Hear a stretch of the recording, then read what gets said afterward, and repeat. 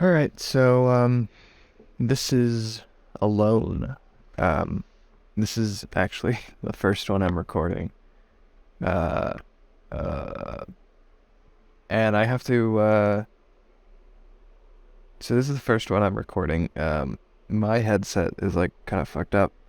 So I have to disable, some audio settings.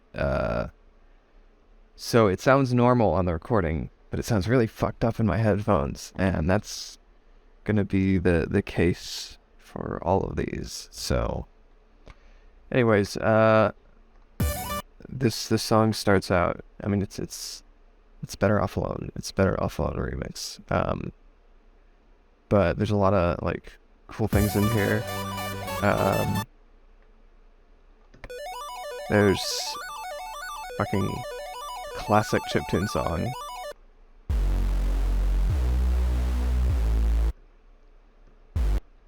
A lot of the synths I was using on this album, uh, they were all Serum. So yeah, a lot of hypersaws. Uh, is it Hoover? I don't know. There's a name for it. I'm not remembering it right now. Um, what does this automate?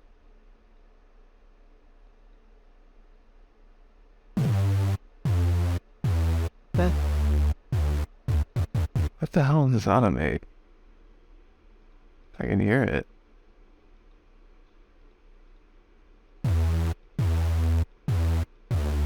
Okay, yeah, it's the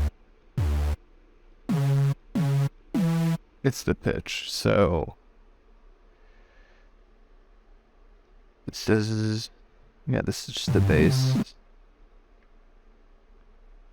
Some drum and bass breaks in here. What I don't remember what pack this is. Yeah, the music radar pack. I use this all the time. Great selection of breaks. Just Let's try the new Dorito shell taco from Taco Bell. fucking Taco Bell Dorito. A lot of times I like to throw in just like one fucking Daria core snare because it's funny.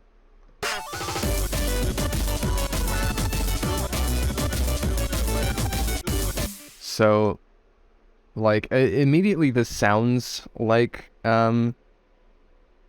it's just the synth from this, but I recreated it.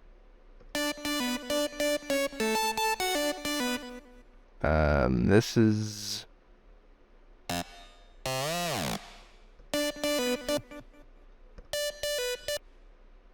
I guess this is just a preset.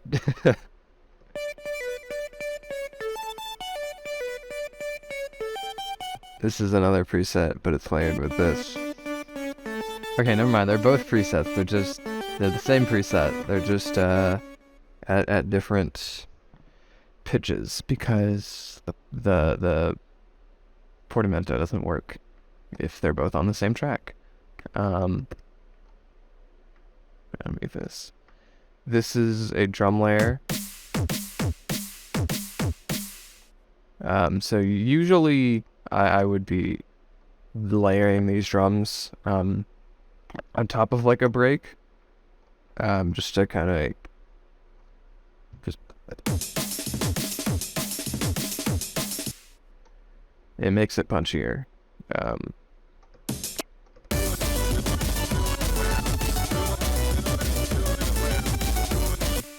But in here there is also a side chain, and you can't really see that because it's hidden in here.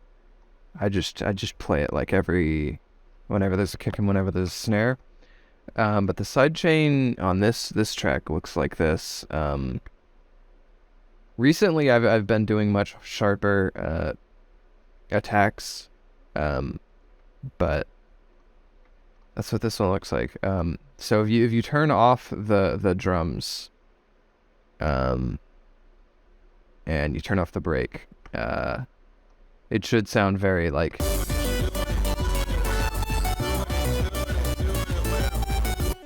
And doing that makes the drums way punchier.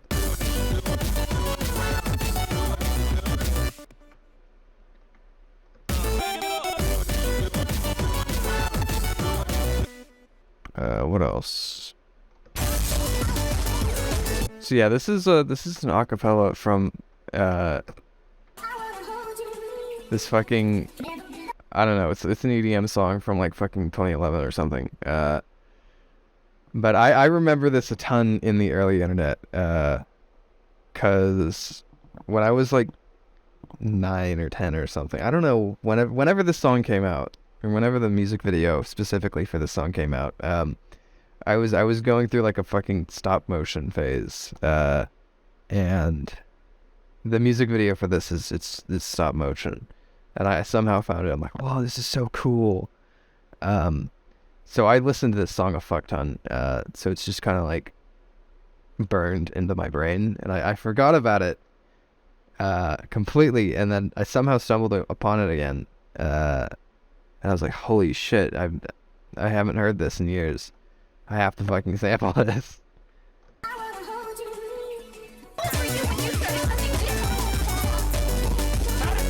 And that's layered with the fucking iCarly YTP. Where were you when you started sucking dick?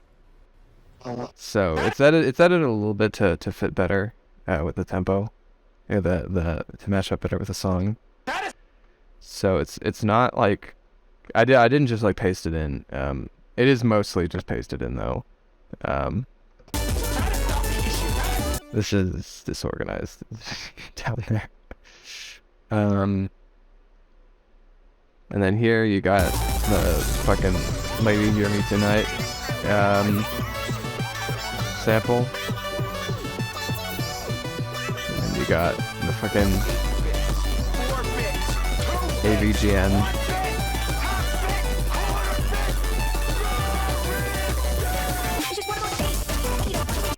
And then this is a fucking Anthony Fantano. It's just one of those days. You don't want to wake up. First one to try to get touched. Fucking Cal. I don't know how to pronounce the last name. Cal Chichesta, I think. But I stumbled onto this fucking acapella. Or this it's not even an acapella. It's like a really shitty acapella. But I stumbled onto this when I was like first figuring out how to make mashups back in fucking 2015, 2016. And if you go into my fucking Binkster mashups 2015 to 2017, you'll probably hear this acapella or this song or whatever. You'll hear it on there like 10 times because I had like 10 songs downloaded, so I just mashed those 10 up with each other in like every way possible. But I very, very deep TDSTR lore. I wanted to call back to that a little bit. Even though, like, fucking... that shit was not archived until, like, the beginning of this year. Or it wasn't publicly archived. I had it all. But that's all on Bandcamp if you want to go listen to really shitty mashups. But that's basically the end of this song. The Vine Booms, I just fucking layered a ton here.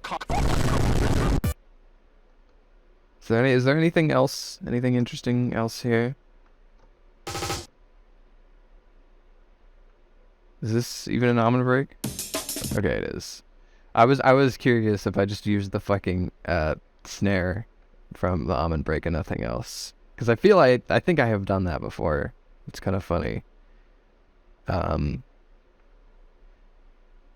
Yeah, use the fucking car crash siren sound effect. Fucking only crash with a good bass. So this is the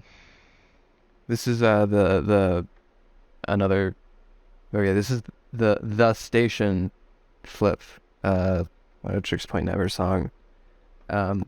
It is very unusual to sample fucking 1-0 tricks of all things on a Daria Core track, but I wanted to I realized, hey, the fucking vocals on Age of are all like fucking weird affected, like auto-tuned with like fucking hyperpop vocals. So, and people use hyperpop samples a lot in Daria Core. So I was like, let me do that.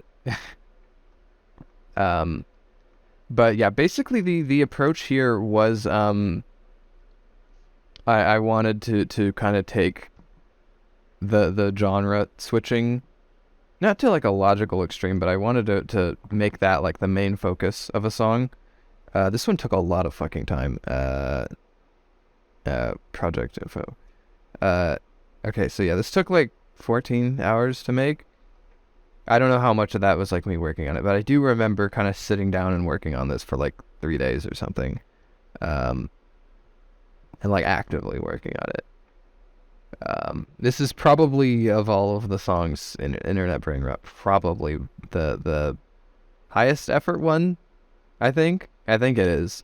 But yeah, start out with some really tacky rompler stuff because fucking 1-0 Tricks does that. I fucking love tacky rompler synths. I mean, I listen to fucking new age music, of course I do. But I wanted to do this, especially because it's a 1-0 Tricks song, and he does that shit all the time on R+7. So we gotta custom the regular show sample. Where's the secret? We're just headed up to the campground. Oh, fine, Valley. This is just like a fucking preset fill.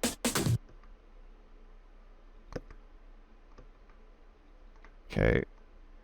I gotta be aware of these. I automation kind of sucks in FL, and I never bother to set like the initialize on this position thing. Now, I know you can. I'm just lazy.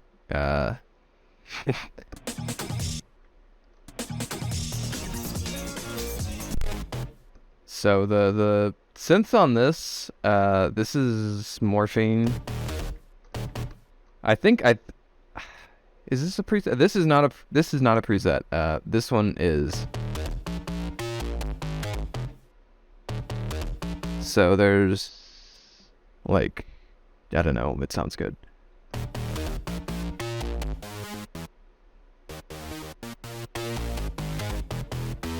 So yeah, that is something you can do.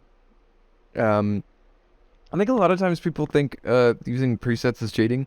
The problem with using presets is it's hard to find the exact sound you want. So, I mean, my best advice is use presets if they sound good. If they're close to sounding good, figure out how to modify things so it does sound good. And if all else fails, just layer it with another shit. And this one is just like a really simple super saw. Like you can make this in 5 seconds.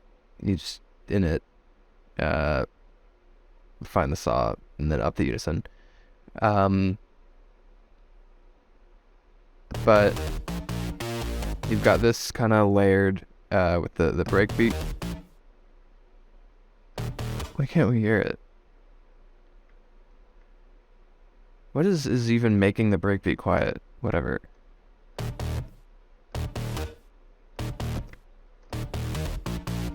Oh, I'm fucking stupid. So this is the drum layer. This is the like the. Is this even? Yeah, this is just a side chain. Okay, yeah. There's no drum samples here. So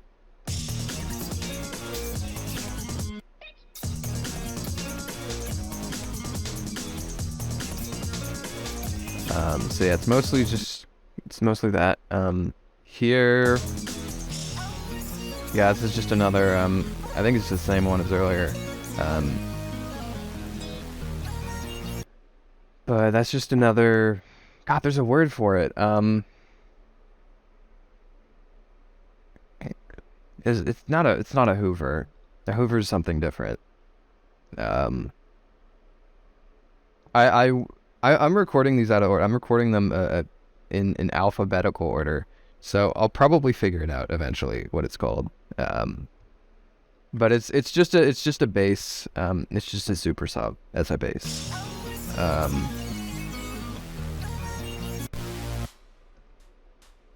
So yeah, this is just like a. This is like a fucking basic thing. That you just kind of learn to put in everything. Just the fucking do it once every however, and then double it, and then for the same amount of notes, and then just keep doubling it, and then eventually stop it. I mean, you could do this again here.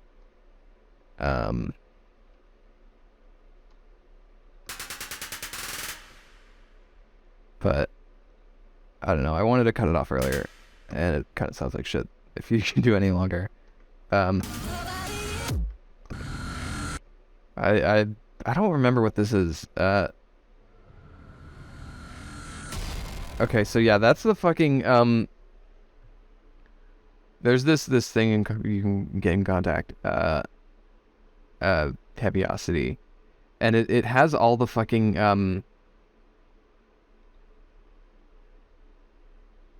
Heavyocity has like all of the trailer fucking impact noises, so it's kind of good for impacts, but it's kind of a pain to use. So if you're using it, just consolidate the track. So just like get whatever you want from it, and then consolidate it, and then that will give you basically just an audio file. And audio files are much easier to work with. I sampled this from Nobody Here. I did not sample it from the original song, because I do not have the original song on my computer. But yeah, this drop, I do not know how I fucking made this. Once you break it down, it's like it makes more sense, because it's just, this is the bass from earlier. This is the super soft from earlier.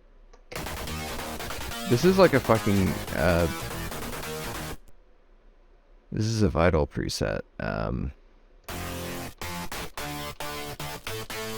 This is definitely not an initialized preset. I definitely did not make this. I found it somewhere. But yeah, if you have like a sample that is, or not a sample, but if you have a preset that you want to use, and going back to earlier, if you have like a, you can have really like tonal presets, you can have really noisy, when it comes to synths, you can have really tonal sounds and really noisy sounds. This one's really noisy, so it's best to layer it with a tonal one a lot of the times, unless you want to go for super noisy. But when you're doing like EDM, like stuff like this, a lot of times you want to kind of tone it down, not like a ton. You want it to still be kind of noisy and loud, but you want to be able to like hear the notes, because that's the problem with noisy stuff, is a lot of times it's hard to hear like in a really busy mix what the actual notes are. So pairing that up with like a much more simple synth makes it much easier to hear. This, I think, yeah, this is just like a this is like a Serum dubstep preset, and this kind of adds some there's, I don't know, it adds something. Sounds emptier without it. So yeah, a lot of protection is also just adding tiny little shit that you can barely hear. because it slightly adds stuff, just slightly. It makes the mix a little bit busier. It's always fun to have a really loud mix. So yeah, this has like a camera. Yeah, the fucking iOS camera noise is the snare, but you can barely hear it behind the really fucking loud one. And yeah, this is taken from like a kit. So I fucked with the settings here. I boosted it, I clipped it. Ring mod is good in certain situations. Ring mod sounds like shit a lot of the times, but it can be used to make things a lot noisier. It's good. It's decently good on drums. If you listen to like fucking the Speed Freak, he uses it a ton on like his kick drums. And that makes things a bit more interesting, because without it, it's just kind of like does it even sound different? Never mind, I'm just BSing. I can't even hear a difference. Never mind, ignore everything I just said. Sometimes it makes it sound better. I don't even hear a difference. I don't know if that's because of my headset settings, but yeah, I do not hear anything. So yeah, just normal kick, boosted. You want to fucking do this a lot in Dariocore. It's good to mess with the ins and outs too. This you'll probably mess with. I didn't hear.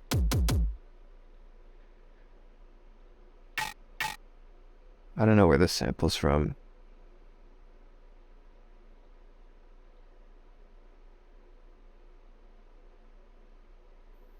Yeah, I don't fucking know. Is it here? Okay, so yeah, this is the JK kit. It's just a hybrid pop kit. I found it somewhere. I saw it on Twitter and I downloaded it because it was free. I think it was free. Hopefully it was free. So yeah, this is this is just like a fucking preset they have in Serum.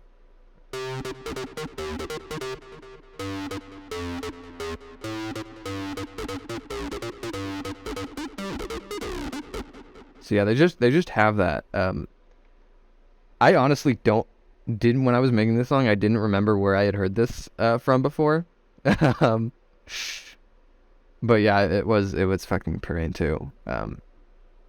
That is where my brain associates, not Blade, even though it's from Blade. My brain associates it with Parade too. So yeah, after this, I change up the snare to the fucking I think this is Virtual Riot pack. I don't know. I think it is. Yeah, it is. So I swap up the snare to a much more like dubsteppy one. Everything else is pretty much the same, but I bring in the station sample. This is a sample from Zero Escape. Fucking good game. Play it. But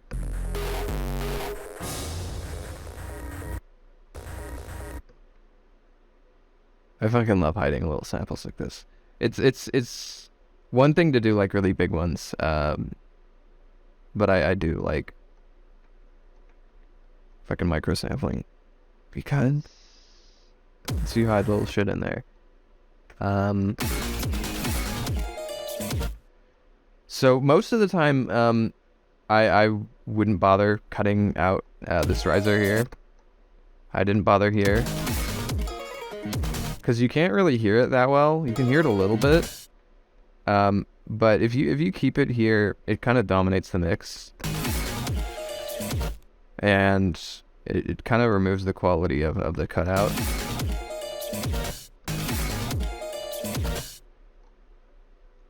It makes it less drastic, and it's my kind of whole goal with this part was to make it like a little jarring. Yeah. And then you've got this part, and then here's the fucking psytrance section. I don't know if I was the first person to put psytrance in Dark, but I was one of the first people. I think I'm still the only person to fucking put like new age in Dark. No one's doing that shit. But yeah, this is just a pretty standard psytrance thing. The really short kick, like kind of synthy kick. So there's two here. This is just like a drum synth one. And then this one is this. I think it's pitched down in the actual use. And then there's a side chain, of course. So without the side chain, it sounds like this. Or without the drums, the side chain sounds like this. So when you're yeah, this one's really strong. Ideally, you want to make your side chain as long as your kicks. I'm too lazy. I don't do that because I don't lay my kicks out on the thing. I lay them in the pattern. I lay them in a pattern. So I just do what sounds right. There's a lot of like and then yeah, the synth here is just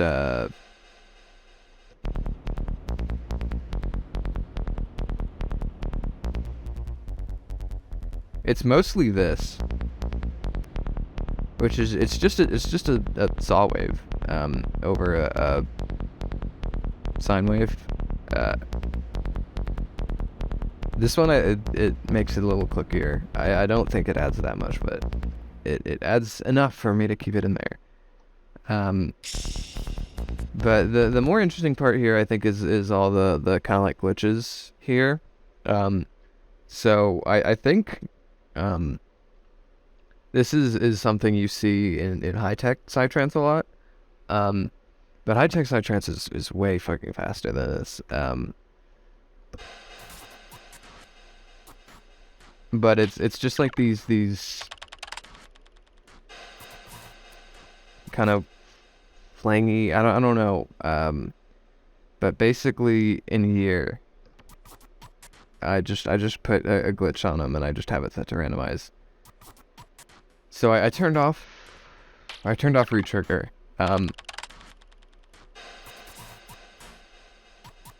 All the others are just same chance.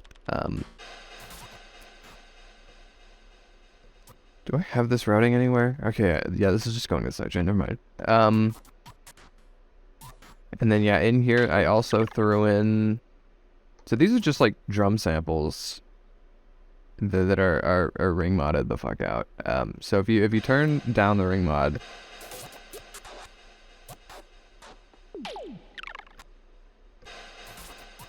it kind of loses some of that high end.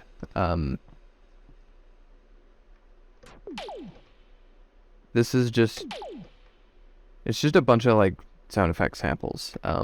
So a lot of the sound design stuff, I think I made a joke about this on Twitter or something, but a lot of the sound design is literally just sound effects from the 3DS Tetris game. So yeah, that's from the 3DS Tetris. I think that is too. This keyboard tapping definitely is too. And then it just kind of loops, but the glitch makes it sound like it isn't because it's set to randomize.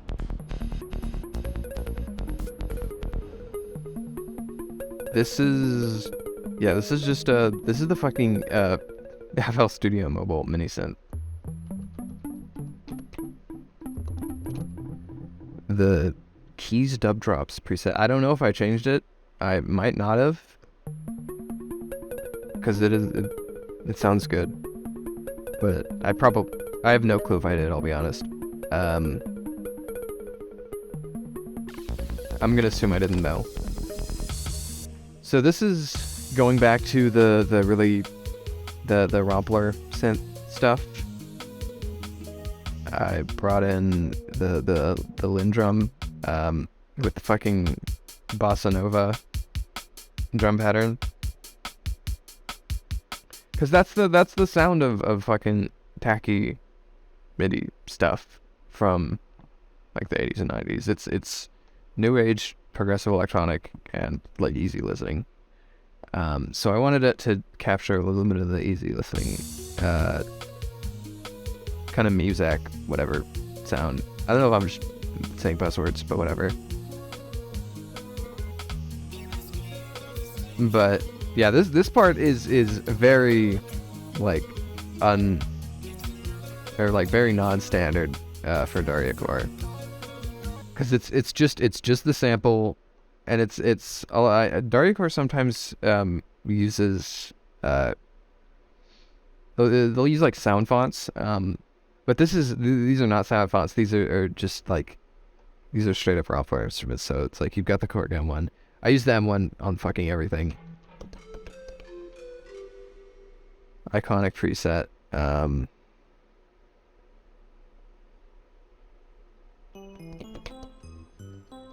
Slightly less iconic, but yeah, you hear it everywhere.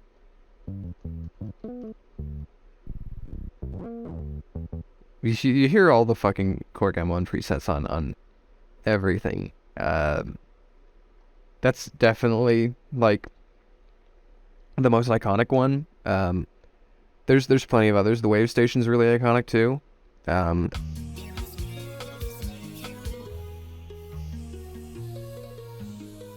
I don't know how to actually use the Wave Station besides selecting presets, but there's a ton of presets.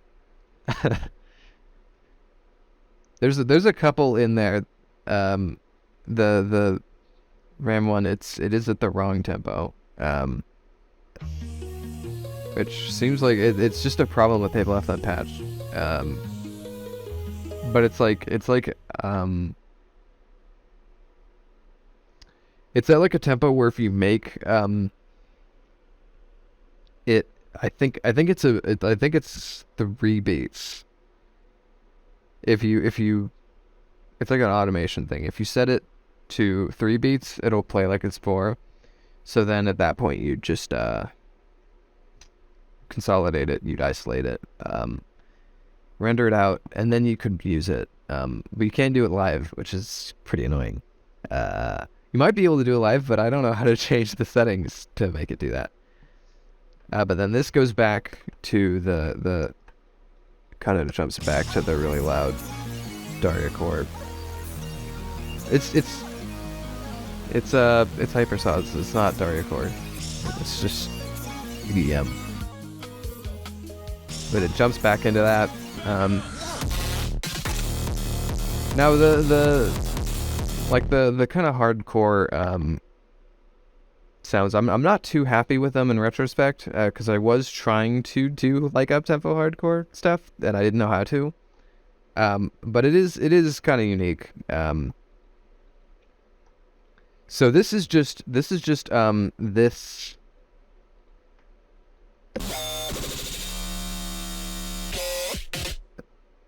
It's just that. This is a preset. But I rendered it out, and then I took that part and I pitched it up and down. I think I just pitched it up.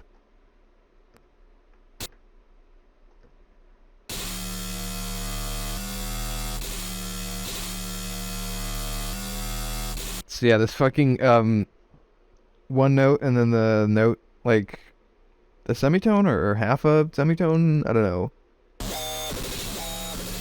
that kind of thing, I do that all the time. I got that from two places. I got that from Sebastian. Sebastian does that all the time, and also Sparta Remix does that a ton. So when I was making those, even though I don't make them anymore, and I haven't really made them in like 4 years at this point,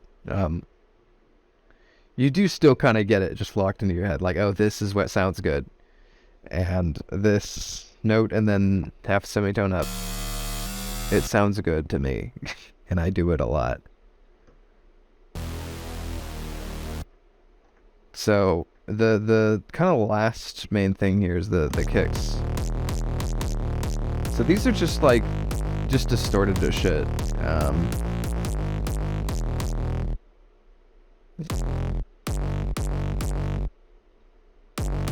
So yeah, this is in here. I just boosted way the fuck up.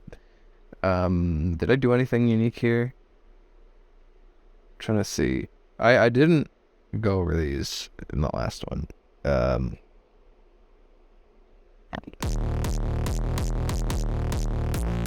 Because I don't generally do a ton of stuff on here if I can help it. I'll do like reverbs and delays a lot of the time, and I'll do like mastering stuff like this or OTT or Maximus or whatever. I use tonal, or no, not tonal. I use transient processor a lot too.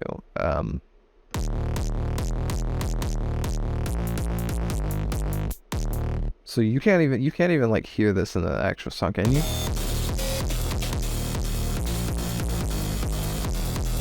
It's really quiet, but you can hear it. So this is a trick if you've got a kick with a really long tail, and you wanna cut it off suddenly. You set it to cut itself so it doesn't overlap with itself. So whenever it plays a second one, it'll stop playback of the first one. And then you make one like this. And in the... Okay. I'm used to just having this on the other window, so I'm kind of... Or on my other monitor, so I'm kind of fumbling here. But then you just have a note and you set the velocity to 0 so it's silent. So it will stop the playback of the previous one. I don't know if there's a better way to do it, but that's how I do it, and it's relatively easy.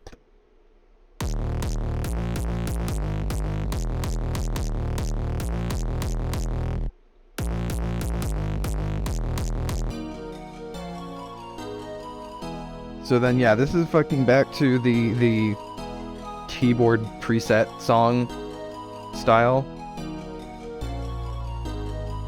These are all just default sounds. So yeah, both like the techie, like kind of easy listening stuff, but really more so here, it was the sound of like when you have like a MIDI keyboard, they'll have like demo songs, and I wanted to make it sound like those. So I was using the really like the pan flute you hear in every new age album.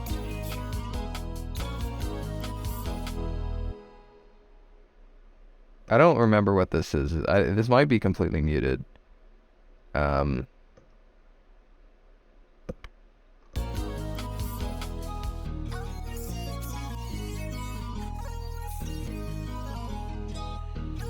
No, there's like it's a really faint like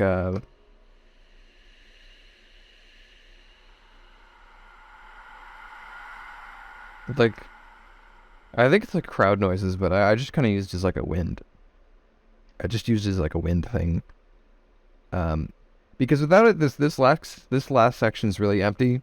Like it feels like it's missing something. So just throw in like something really faint like that, so it's not completely empty. So that is the station. Did anything do anything interesting here? So yeah, this is just OTT. I used this one on this one. Normally nowadays I just do. I stole this from fucking Zave, but I use a soft clipper and I use Pro L. Set on the clipping preset. So I get the soft clipper like this. I do this, and then I'll throw on OTT too. But this was back when I did not know that trick. So every song I was just like trying something slightly different when it came to mastering, because I didn't know how to push things as hard as people seem to. I don't even know that I discovered OTT until like a little while into making this album. So I went back to some of the old songs and added OTT after the fact.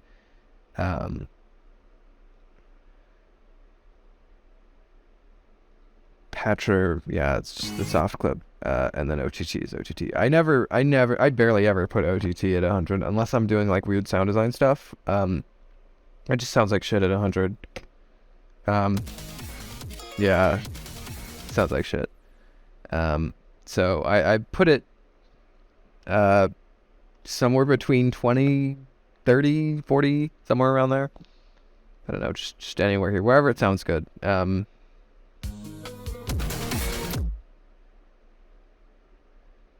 Yeah. Last thing, I will talk about ADSR Sample Manager. Ideally, if you can get an older version of this, I would. There's a couple things I think you'll miss. This version has like genre tagging.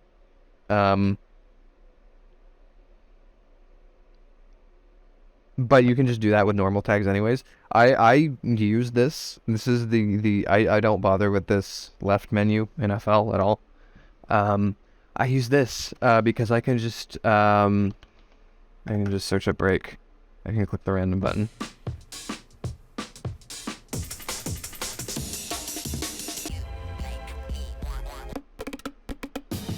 I can just keep doing that. But yeah, I've loaded a ton of fucking things in here.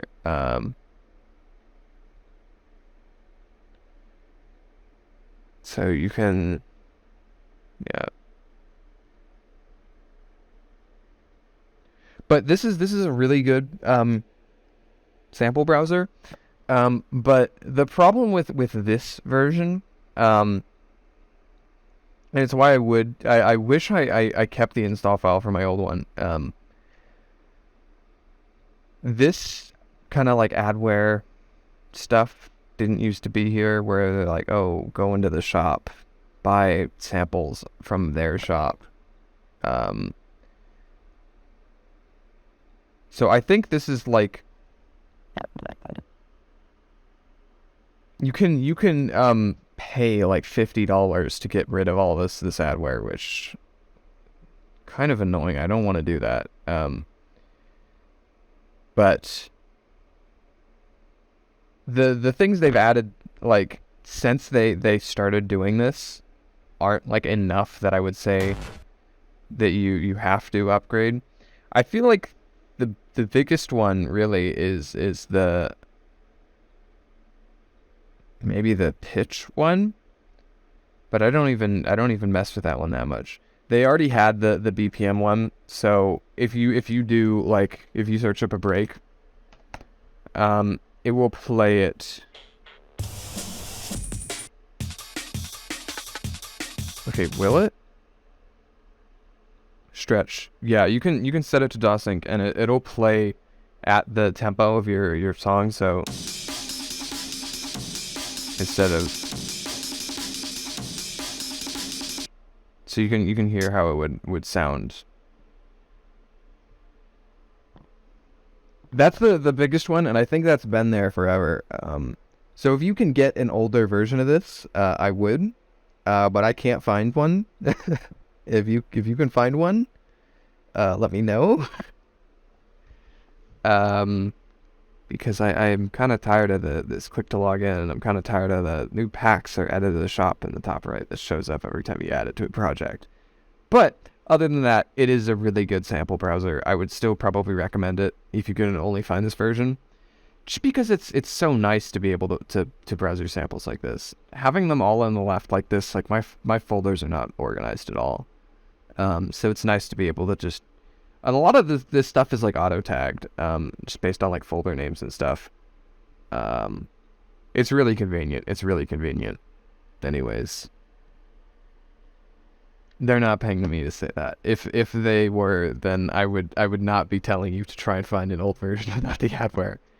But anyways, that is the station. So this is born in the 2000s. This is born in the O's. Zoomer alert. So this is, of course, this is the acceptable in the 80s sample. But what I wanted to do with this intro section, originally, hold on, I can pull it up right now. The original version of this, I made the drop in like a really, I made it in 15.4 and it sucked.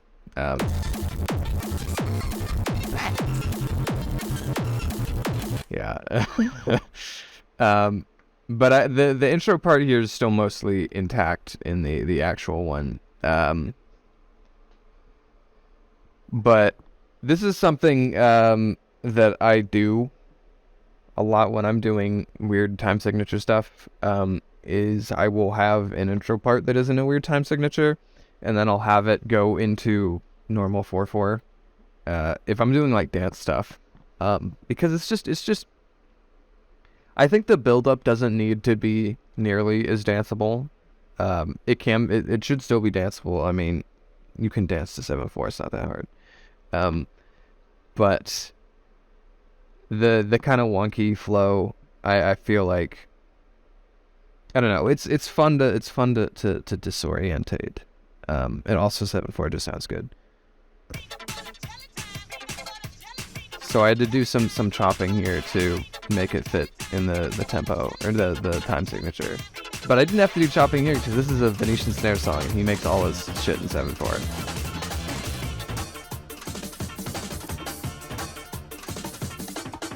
So yeah, this first part, there's no synths here. This is just straight mashup. And then you've got these really like future bassy synths coming. This is just the chord progression from the actual song. I think there might be more jazz extensions than there were on the original. I don't know that the original had jazz extensions. So yeah, jazz extensions are just when you add a note to the top. So you've got like the normal minor key notes, and then you can add one 3 above the top to get a jazz one. So that turns it from that to that. And then the major key one is 4 up, so it turns it from this to this. When it comes to jazz chords, I don't know anything about jazz theory, so I just like place notes until it sounds good. Oh, okay, well I know jazz extensions, but that's about it.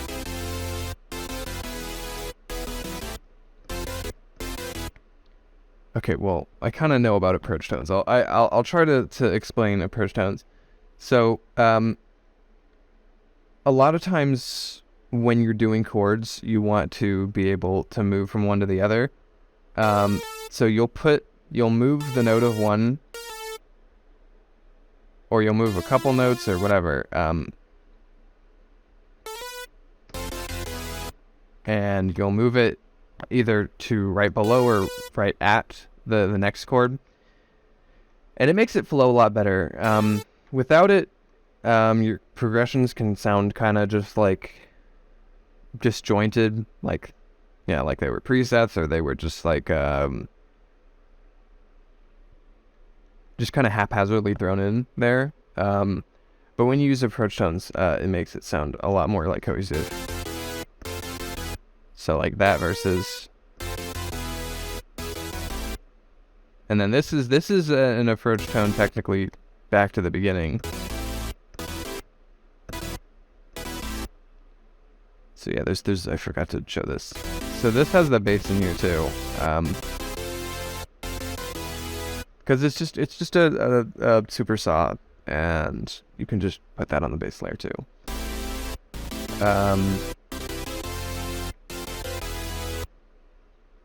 So this is like the main kind of driving thing in the song. There's this weird thing. Do you even hear this in the song? It's really quiet.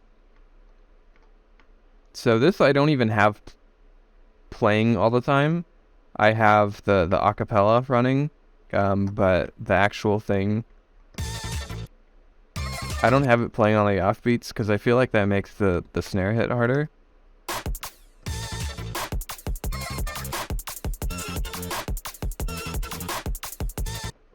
It's not like totally the snare, but it is a lot of the snare.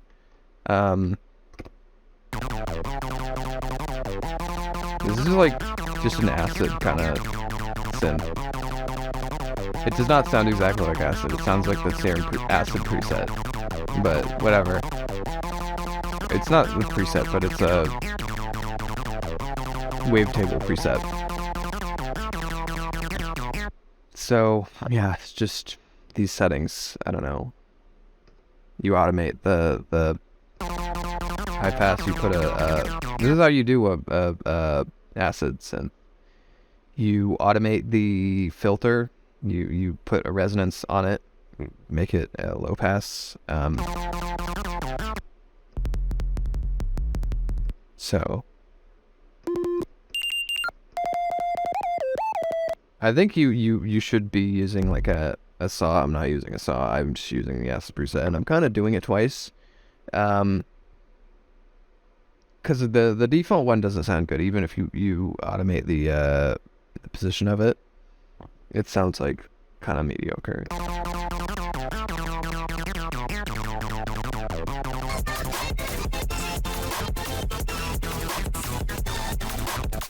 So for the acapellas, I've used a couple different things over the years. I think I used something else for this one. But nowadays I would just use Ultimate Vocal Remover. That is basically the same thing that is used on MVSep, which is a website that I used to do a lot of this stuff on. And you could literally just upload a song, and it would give you like the acapella instrumental for it. But the problem with MVSep is it's just like one guy running it on his computer. Or one person running it on their computer. I don't know who runs it.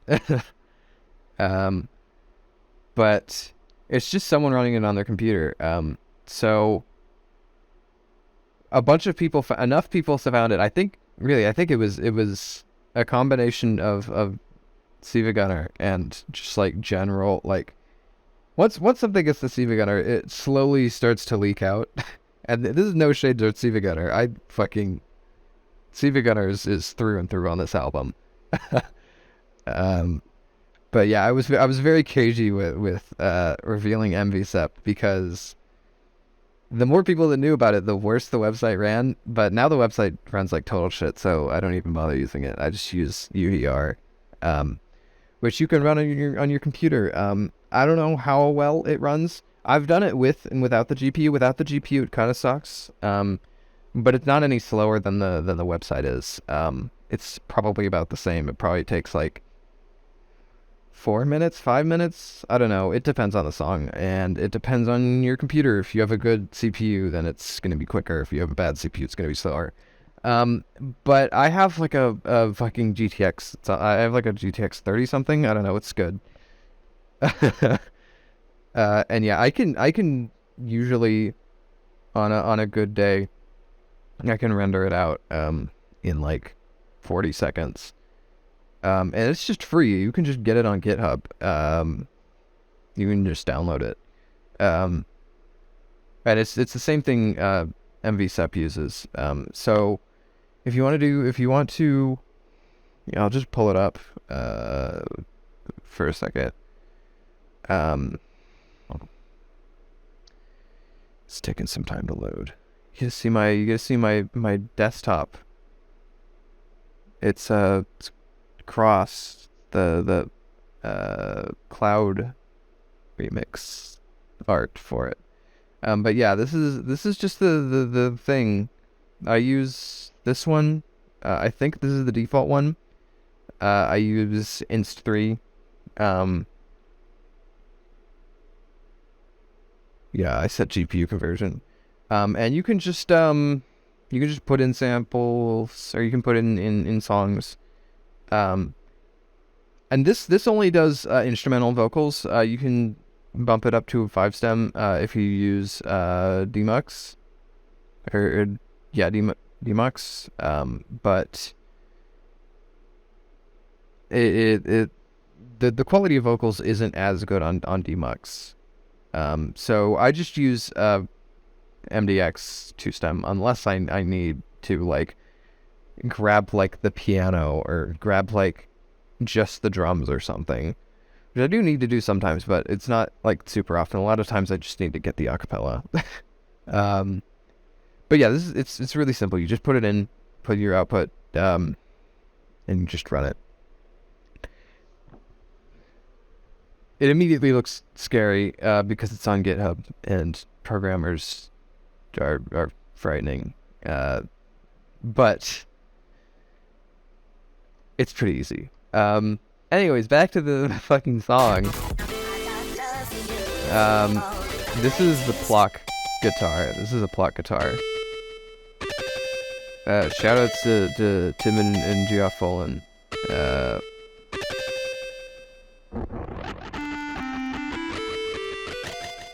Shoutouts. But yeah, this is the Plock guitar. I use Sforzando. I know the newer versions of FL have the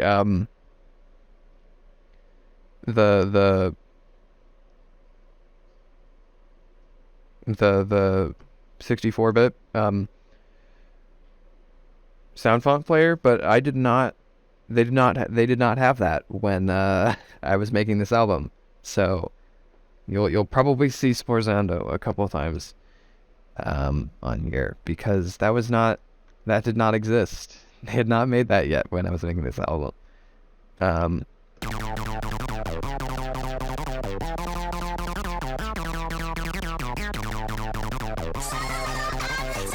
I do anything different for the second drop? I think it's just the same thing.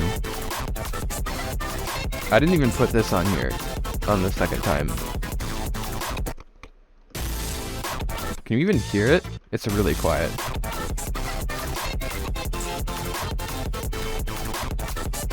Okay, well that's why I didn't put it, because I put the Plock guitar instead. And then this is more Plock.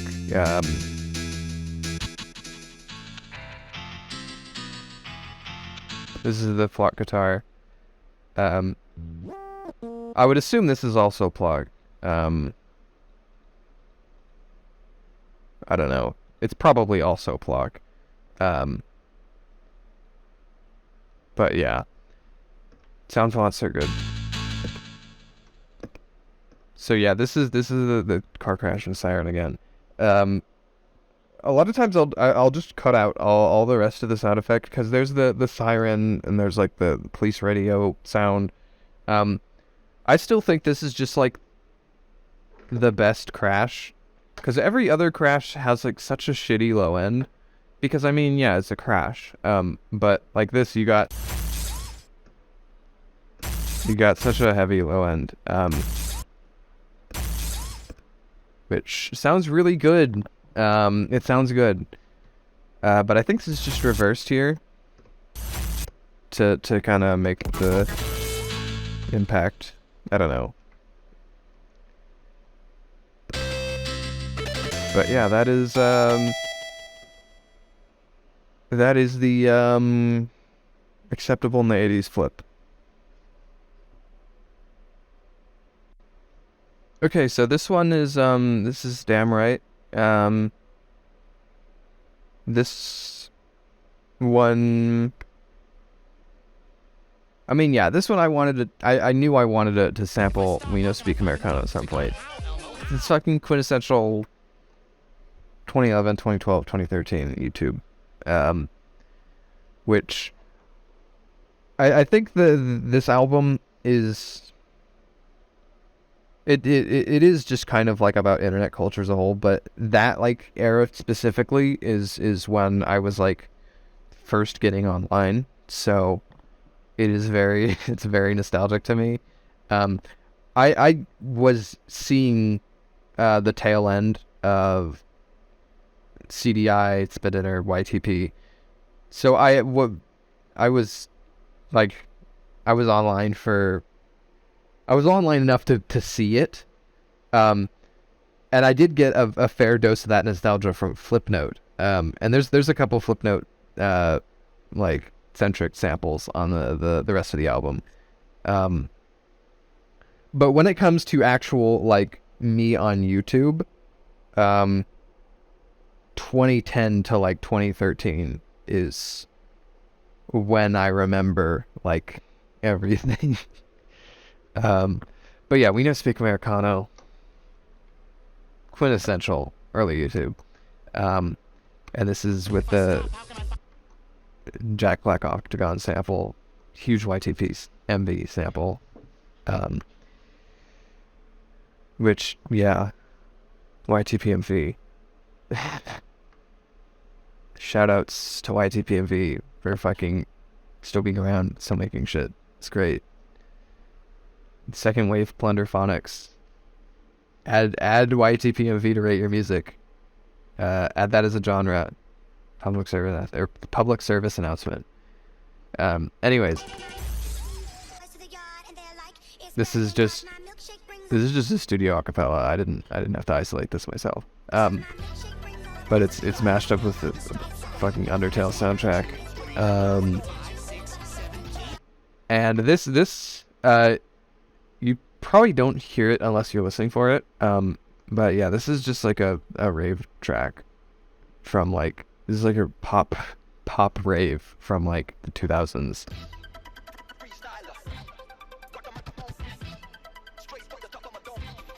So I don't even know where I first heard this. I don't even think I heard it back then. Like I heard it later on and I was like, whoa, this sounds awesome. When is this? When did this come from? Oh, it came out in 2000? Okay, sure, okay. So then that was in the back of my mind, so I wanted to sample it here too. So yeah, this is all chopped to be on beat.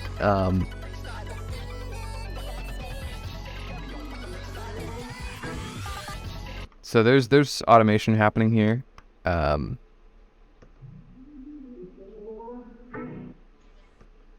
So it's not like too obvious, it just cut in. Anyways, this is the main part I want to talk about. It's the drop here.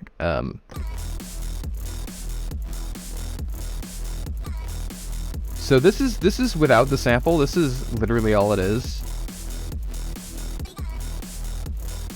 So the sample really makes this one, because I do a lot of chopping on it. Where even is the... And then later on this gets added, of course, which is like a rave.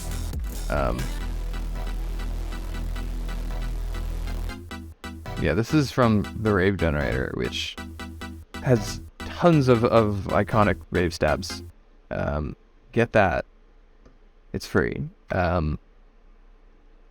But this... The main thing here is just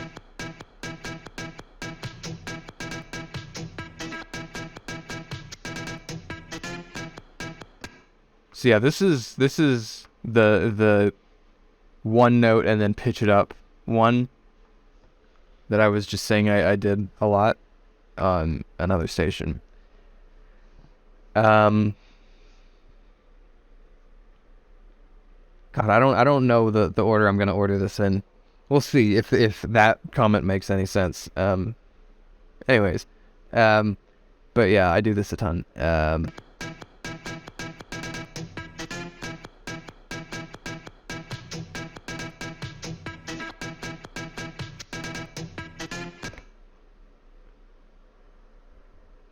And so, this kind of comes together with the drums and the bass.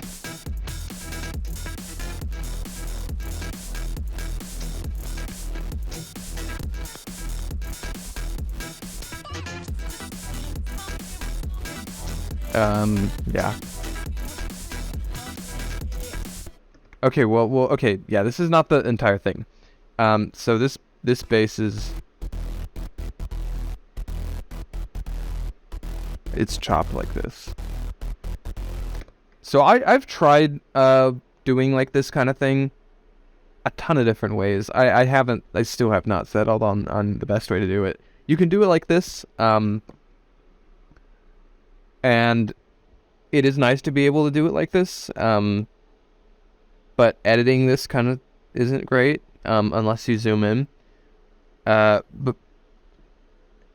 when I was making this album, I would try to be like, okay, well, what size was it? Fun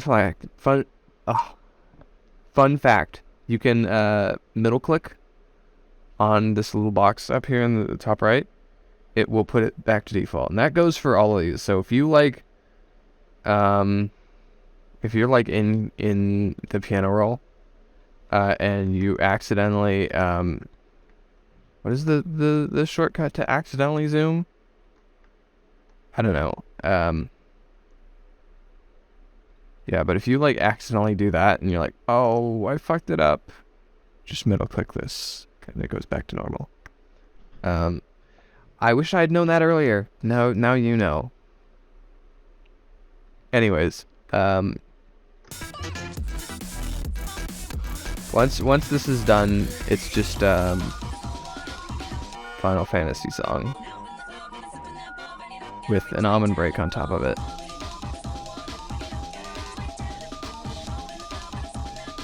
See, what is the? Cause yeah, this has a ring mod on it. So that's where that weird kind of like glitchy sound comes from. Cause if I turn it off, it's just normal. So if I turn it up to max, it sounds like that, but I just kept it a little bit here.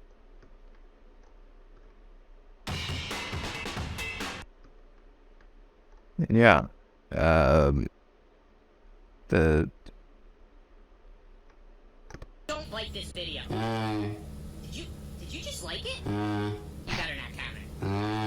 You don't listen very well, do you? that's the fucking don't like this video sample. Anyways, yeah, this is damn right. All right, so this is everyydiie. I wanted to kind of channel. Okay, see my music. Wow. Check the albums I have on here. There's some new age. There's some library music. There's a Evangelion mashup. Where is it? I gotta go. I'm gonna play like a little bit of Unstoppable Era Girl Talk, so you know like what I'm talking about. But yeah, I wanted to kind of channel this kind of thing.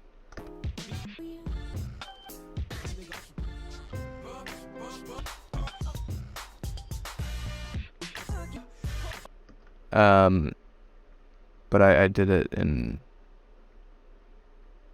a bit more like an up-tempo. Why do I not hear anything? There it is. It's every day, bro. So this is all just a, this is just a Plunderphonics track. It's all sampled. It's all samples. Tons of tiny ones. I can zoom in. You can see. Oh, what were the samples?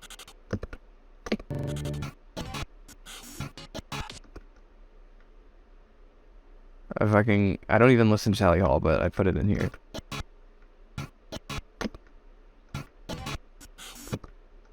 This is Motion. This is Sweet Trip. Just the fucking thing. And so like this is like the kind of thing where it's like, if somebody sues me over this, like, come on, really?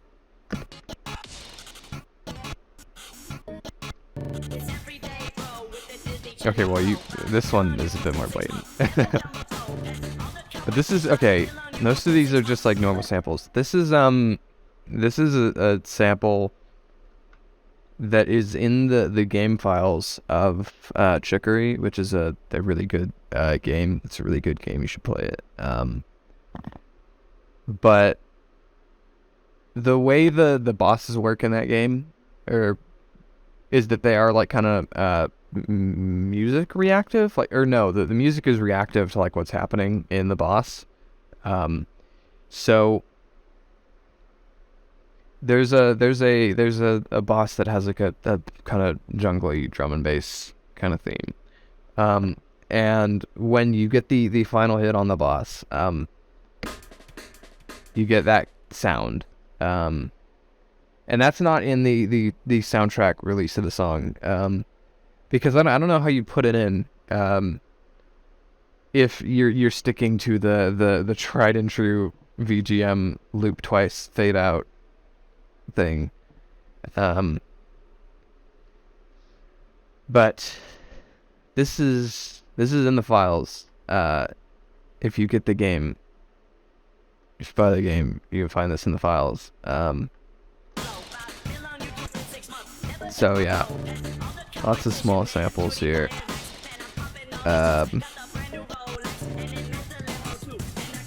So I sped it up here, going up to the drum and bass drums.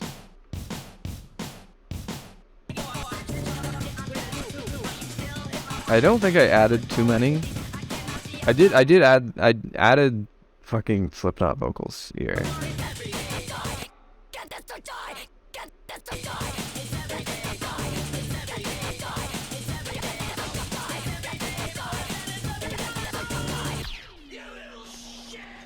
Yeah. So I think it's funny to sample the part of Barbra Streisand no one remembers. This part. Yeah. I think that's funny. Anyways, this is everyydiie. So this is Feeling Fly. This is one of my personal favorites from the album. Because it sounds different.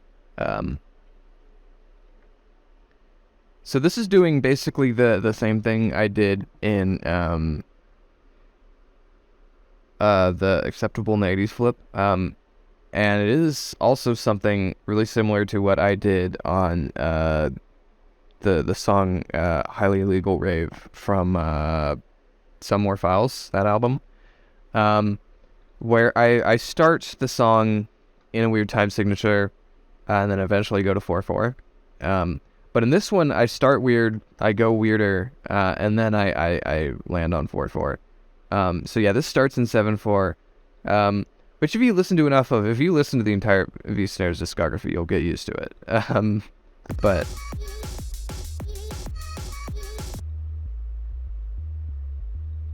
so I don't know what's happening here. This is a different version. Fuck, did they fuck out my presets? Okay, well, they did. Anyways, this is just I'm just gonna make a new one. Because it's the same thing. It's the same thing every time. Was this on? 9? Okay. Replace. Serum.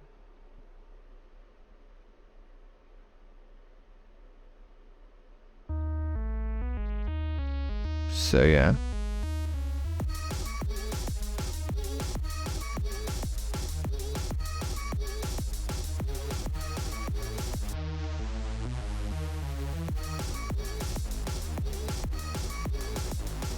I don't know, it doesn't sound the same. Whatever. Well, that happens sometimes with Serum, where it'll just mute, and it's annoying. But this doesn't sound the same. I'll still cover the rest of the song though. I don't think that part was particularly important anyways. That's annoying. So yeah, this is two kind of main samples here. Good Feeling and Like a G6.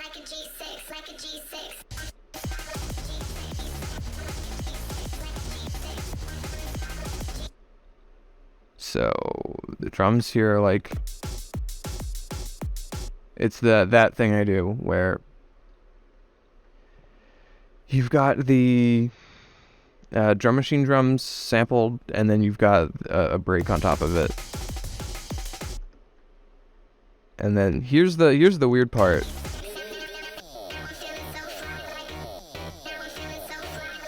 So this is in 13.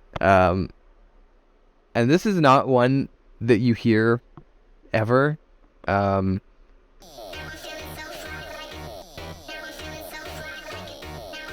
wanted it to just be like really disorienting. I know 7 is already supposed to be disorienting, but I've listened to hundreds. Have I listened to hundreds? I don't know. I've listened to at least 100 hours of Venetian Stairs, so I'm not really disoriented by 7 anymore.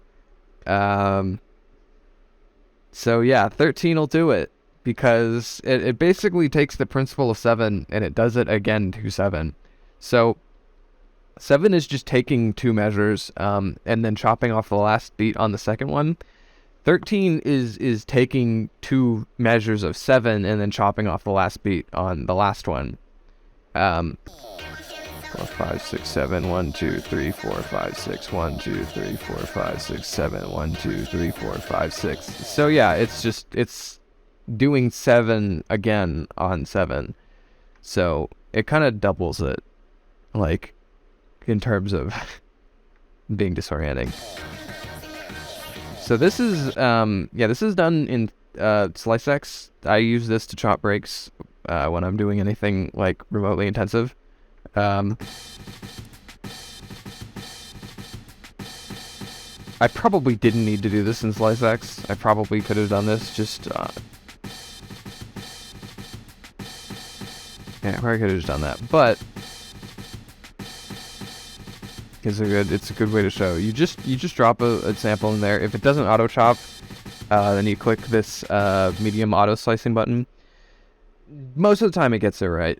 Sometimes you have to go in and adjust, but then you got to be careful about this auto dump button, because if you change anything here, then it resets the sample you're on, or it resets the pattern you're on. If you don't notice that in time to reverse it, it could be very bad. It could be bad. You could lose shit, and that would suck. And that has happened before. So yeah, you might want to disable this auto dump button. It's up to you. So this is back to the drum machine sample, the sequence kick and snare. So this is just more layers.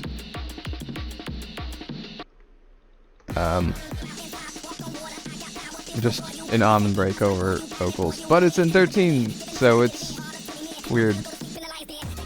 And then we're back to 4/4, and this should be like my kind of goal when I do this is that it's not like a relief, but it is like a build up and a payoff. So it's easier for me to or not always easier, but a lot of times I do like to build up in weird time sigs, because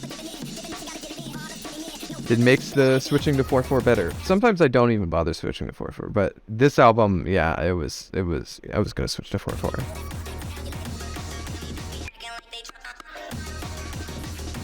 So yeah, pretty standard. This is mostly drums on this.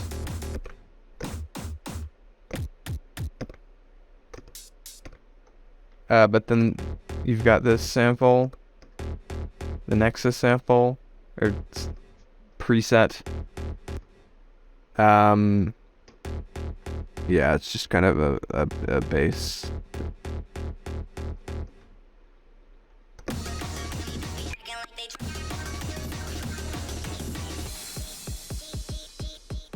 So then, yeah, this is just a really short, like, kind of Jersey Club section. Really short. Yeah, it's just this pattern, just looped. Can I? You can see that in the graph editor. I don't know. I don't use the graph editor, but you can see it. So yeah, the drum, sorry about that. The kick is just normal. This I have the velocity.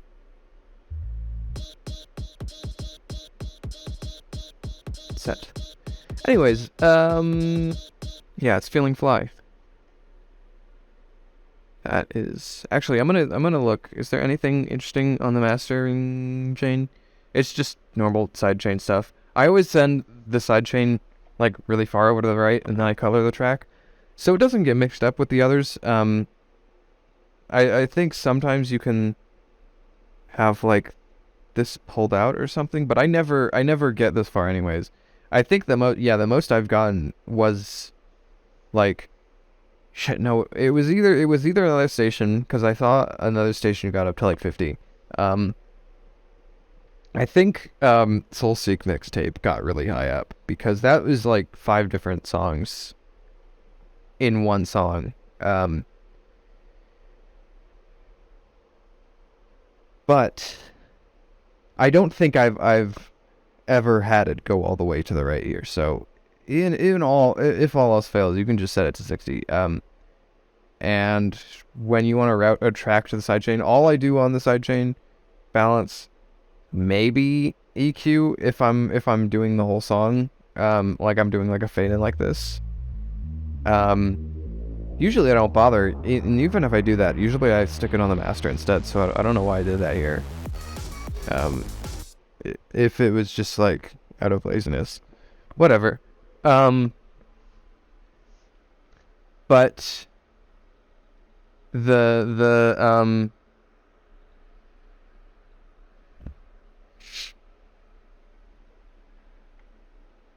yeah,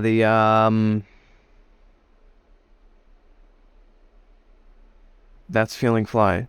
Oops, OTT, there's OTT on here. And the mastering did not have a clip on it. That's interesting. Anyways. Alright, so this is Fortnite lifehack. I am kind of surprised at the negative reception on this one. I like this one. But like Rate Your Music doesn't like this one. If you go by track ratings, they like the fucking shitty like power noise Jersey Club one that I made as a joke with the Reese's Puffs theme. I made that one. That was a bit. That was a bit. Usually these short songs are bits. They're jokes on this album. Just funny little interludes. But I do particularly like the sound design stuff I had going on here. So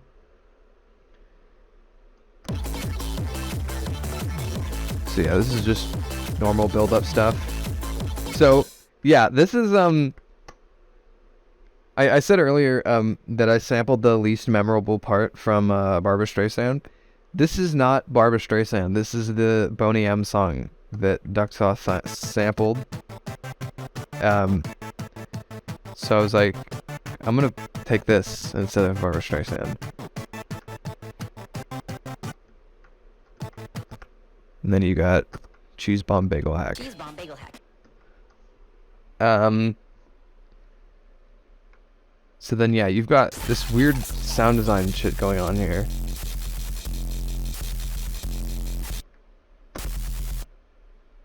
I don't know how much of this is me. Yeah, this is...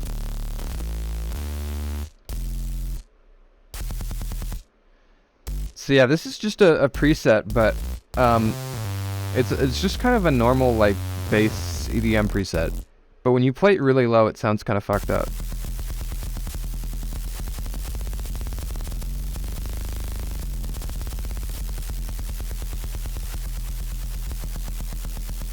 And I don't think it's supposed to, or I don't think they expected you to play that low. But it sounds cool down there, so I played it down there.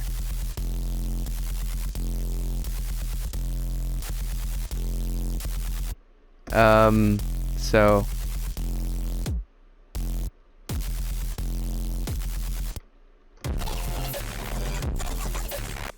Where's the snare? So yeah, this is just like 3 different snares. I did some stereo delay here. This is what it sounds like normally. That's how you get the in both ears effect. So I did that a couple times here. I want to know which one has the... Yeah, this is it. So yeah, it's just this played really high.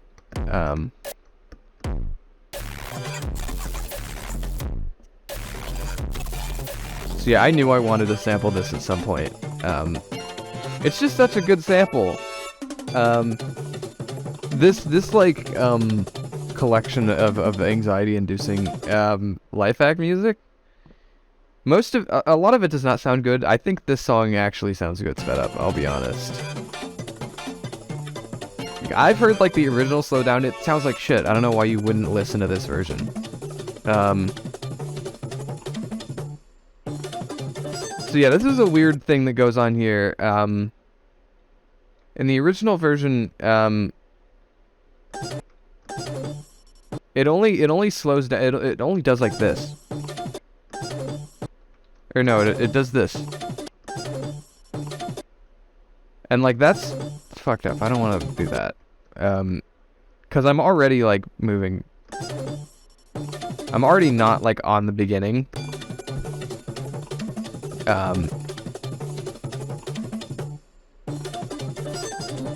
So yeah, this is just mostly just a mashup. Pretty simple.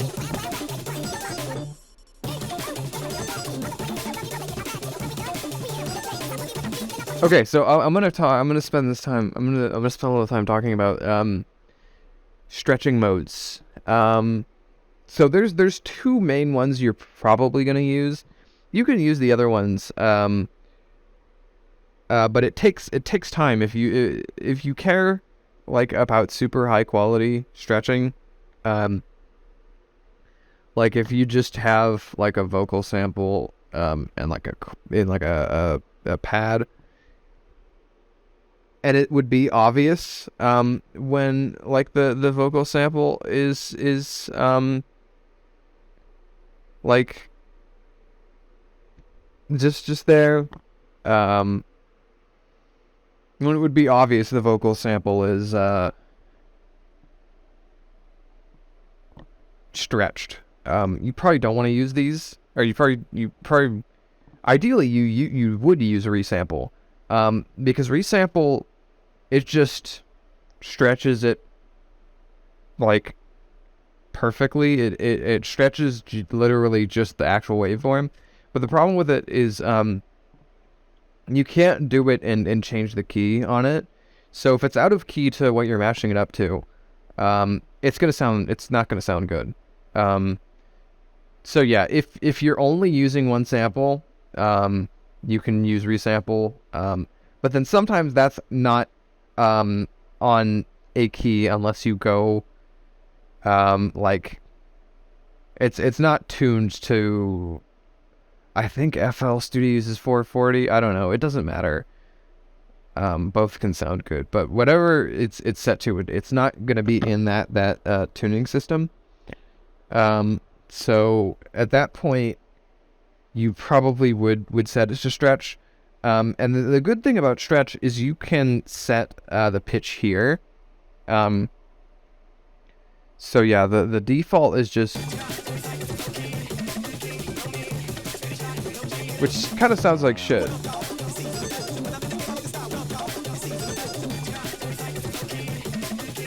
Because this like guitar thing kind of bled through in this acapella.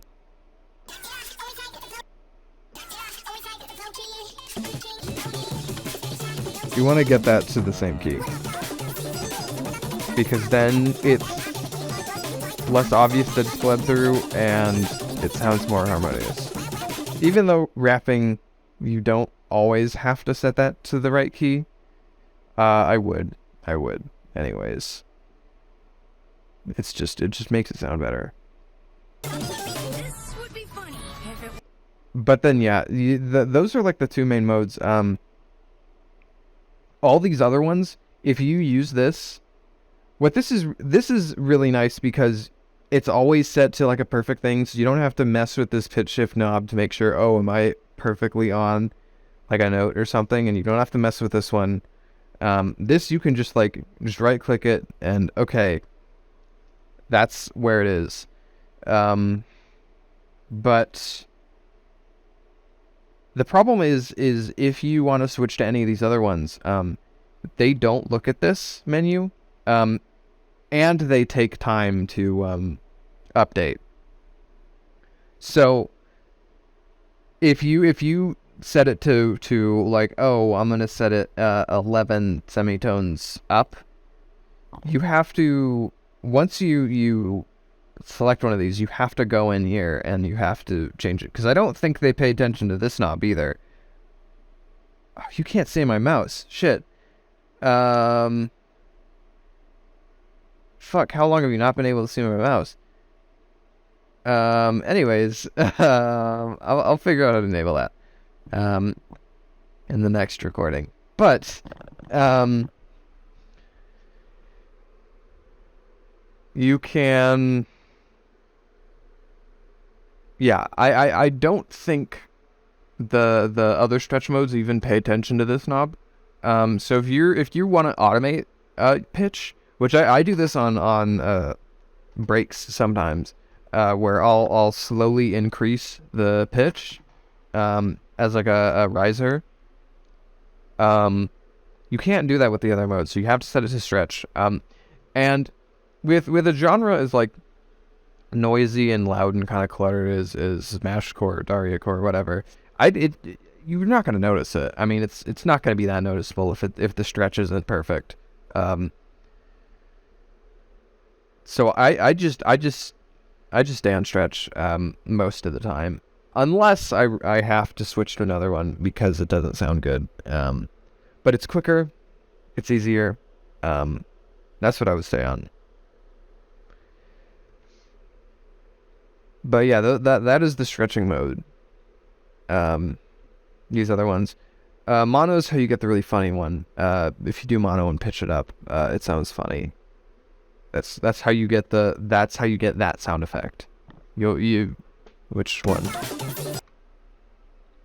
Okay, I'm not gonna save this, so I'm just gonna do it.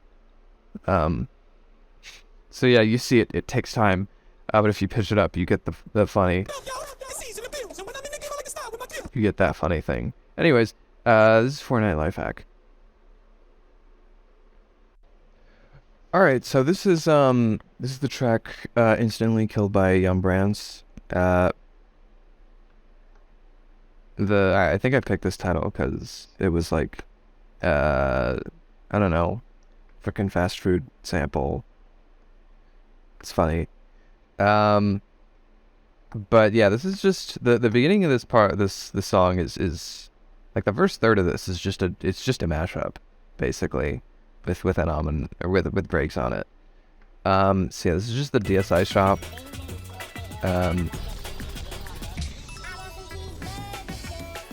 Mashed up with this song.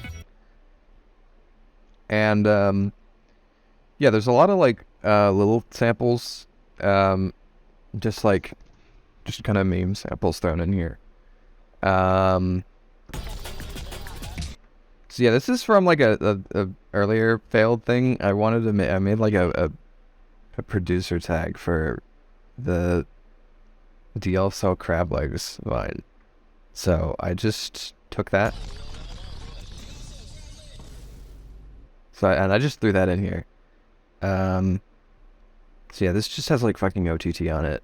I faded it out a little bit.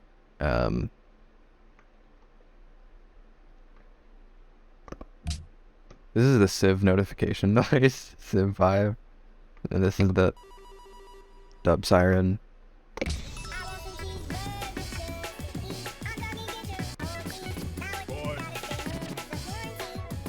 So yeah, I threw glitch on here, so it sounds different every time I play it.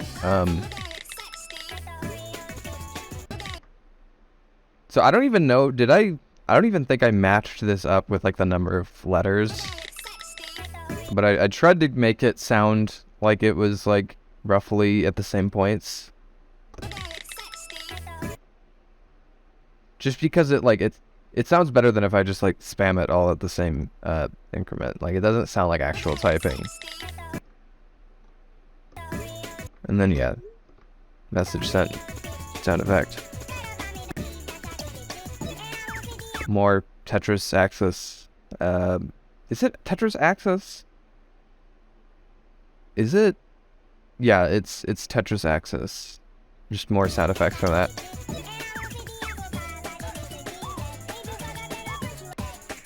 So yeah, this is the part that's like interesting. This is like where it starts to get like actually interesting. So yeah, these are just vec distortion.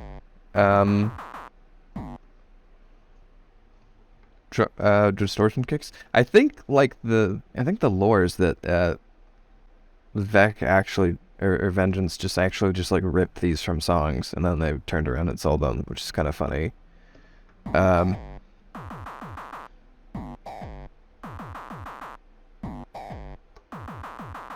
But don't quote me on that. I don't know. I think they did it. I don't know if they did that. But so yeah, this is just Rave Generator. More. Oh shit, did it get fucked up? God damn it, okay. Fucking Serum. Fucking shitty program. Yeah, if anyone has like a fix for this where it just like stops playing audio, that'd be cool. Yeah, it just like runs into an error. There's like no consistency. It just randomly does it. Yeah, I don't know.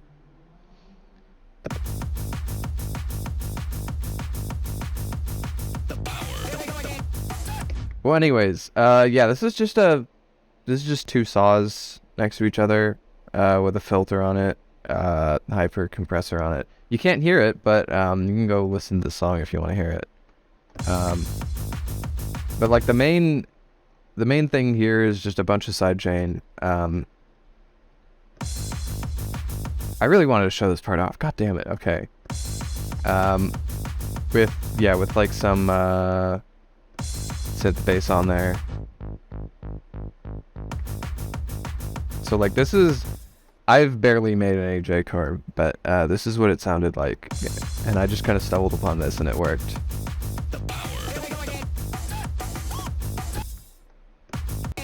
I think both of these are yeah, they're 0G samples. 0G, the metadata and like the formatting kind of is shit on them, but there's so many iconic samples in there that you kind of have to use it.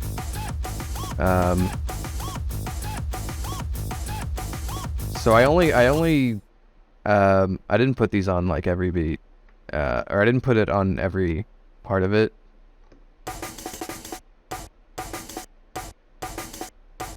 And same with the think break. I only put it on when the woo were happening.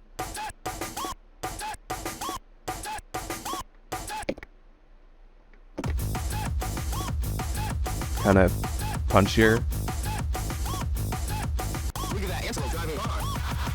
And then here's like kind of like a speedcore section. Yeah, funny sample.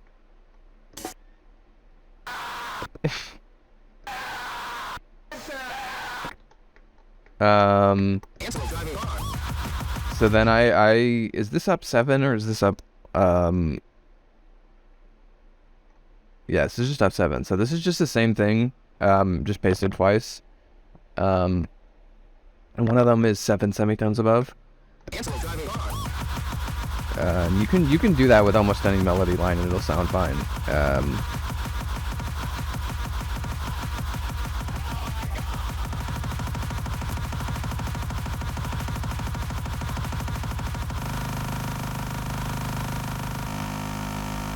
So yeah, at this point it's just like so fast. It's just a tone.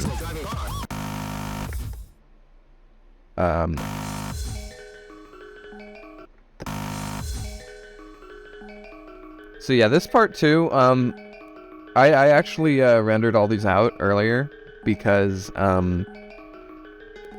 when I was making this song, I kept getting in a ton of trouble with these, like either cutting out or like being really crackly. Like I think I was having trouble with both of these playing at once for some reason, which was really annoying.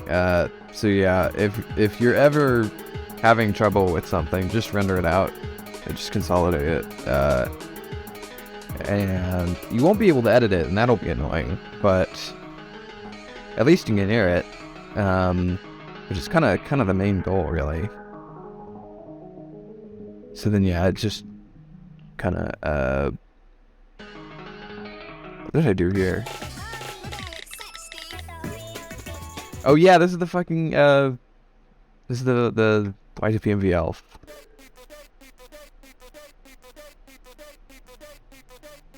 Yeah, it's just that. That's just there. But then yeah, it just fades out. Where am I doing it? Is it just on the master?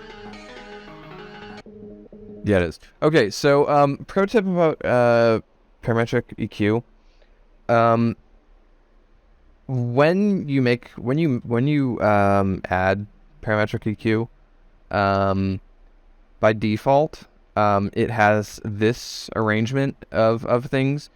You can scroll up and down here to get different ones. So that's how I get the high pass. That's how I get a. Okay, now this is how I get a low pass. This is how I get a high pass. You can get a notch. You can get a band pass. Yeah, you can get a ton of stuff here. These, I don't really know like what these do exactly, but they make it sharper if you get more of them. I don't know what the difference between the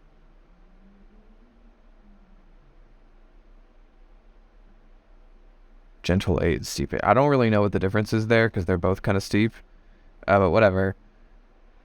And then you can increase this part down here, or you can just like scroll up and down here to make it add more resonance or lower the resonance. And then you can just automate this, and you can get a ton of stuff out of that.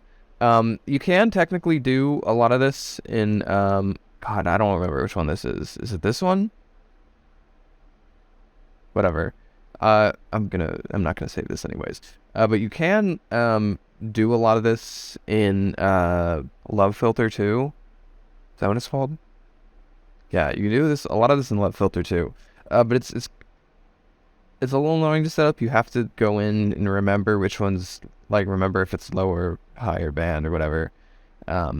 Because low pass means you're cutting the high. High pass means you're cutting the low. So if you want to do that, you have to go in here, and then you probably want to up this a couple times. You need to get this all right, and then you can automate this knob. It's the same thing. Yeah, I mean, it's slightly different, but whatever, it's basically the same. But yeah, switch between the two. I can't really decide on which one I use more. But I think when I was making this album, I did parametric a lot more. But anyways, that was instantly killed by Umber Ants. Alright, so this is... I don't know what's happening to me. I'm recording this on a different day than everything up to this point. I don't know why this project file is so laggy. Okay, I'm gonna do this. You can close out of every window with F12. That's a pro tip.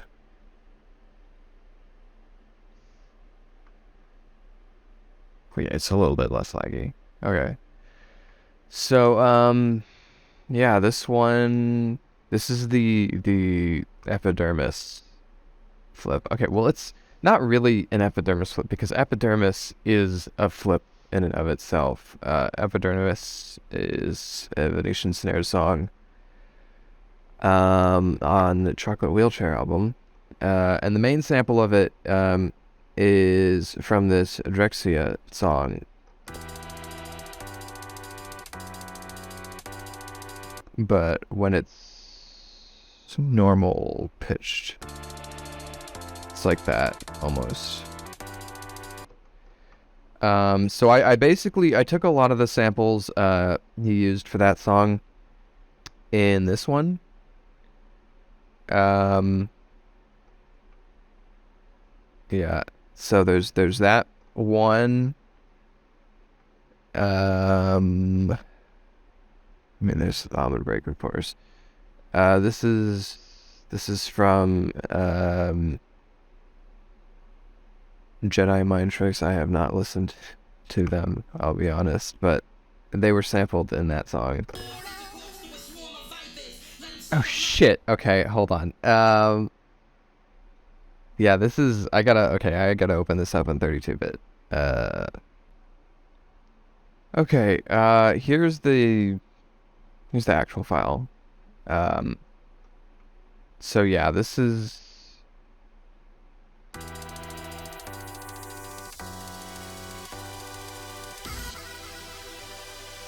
I think these are both just... Yeah, this is just a super saw. We're doing something here. Yeah, I'm doing a low pass. I guess I threw some noise on there too. I almost always tick this box when I use noise. You really don't have to, because noise is atonal. Mostly. It's about kind of. Okay, whatever. You don't have to tick it. I tick it because I think it sounds better. But it's up to you. There's hyper, some filters and shit in here. And yeah. And then this one,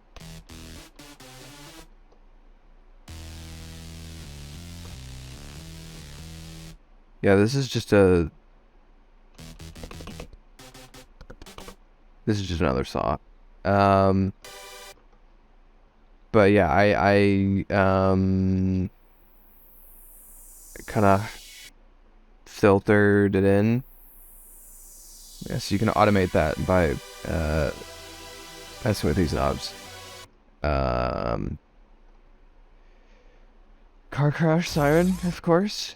I think I already explained this, but I chop breaks in Slice X.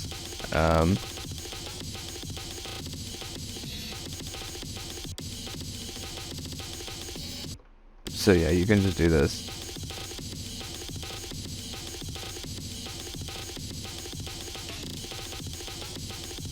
And yeah, this is just doing it. I mean, it's... I don't know how to explain chopping breaks, because it's just... You just move things around until it sounds good. You repeat stuff. Resequence it. I know this is probably really unhelpful, but I don't know. I feel like you just have to listen to a bunch of shit, and then you know what kind of sounds good. And this is when you're chopping stuff, it's a very Let me put something here. Oh no, that sounds like shit. Yeah, okay, let me move it. Okay, that sounds like shit. Okay. That sounds fine. It's very much a process of just doing that a bunch. So it's really time consuming. But that's how you... That's not how you chop bricks. I didn't say anything. I didn't teach anything. Whatever. So yeah, this is from the fucking Donkey Kong Country cartoon. I've got like some auto-tune on it. I don't think it does that much. It does something with performance. I don't know. Let me turn off everything else.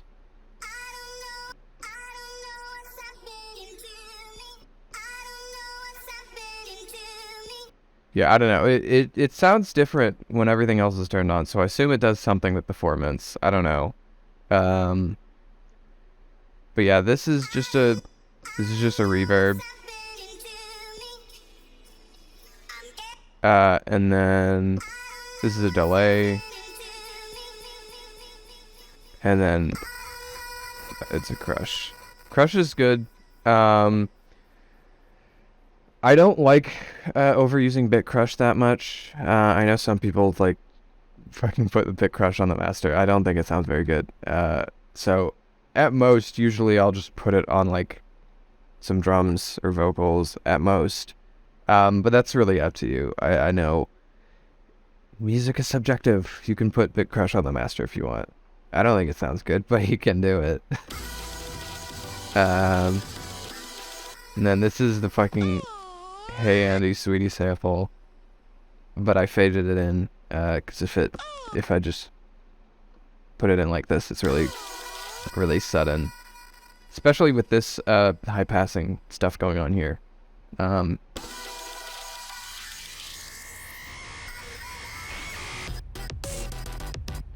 yeah, here's me doing the I don't know if I covered this before, but when I was making this album, a lot of times I'd have a cut track and a sidechain track, and I'd have them separate just for like just so it's easier to understand what's going on. So I'd send most of the stuff to the cut track, and then I'd send the cut track to the sidechain. And so the cut track lets you get like that kind of transgate kind of thing going on. But what that allows me to do is, am I doing it here? I gotta be sure. Okay, yeah, never mind. But what that lets me do is, if I do for some reason want to have something on here that's not going to the cut but is going to the sidechain, I can do that. But yeah, when you do this, you get the fucking, I don't know, Daria core sound, whatever. So yeah, that's what it sounds like if I turn it off, and I don't know, the bass sounds really wrong. It just doesn't sound right. Okay. And then you get in here, and then I threw in like two extra. I threw in these from earlier, because when they are have like the transgate on, it sounds pretty good.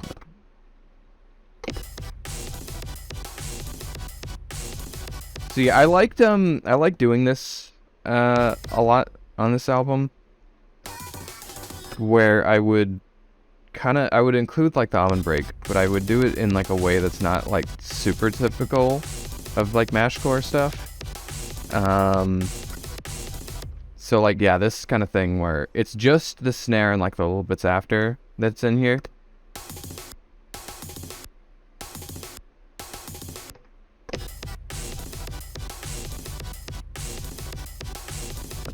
So it's completely missing the kicks and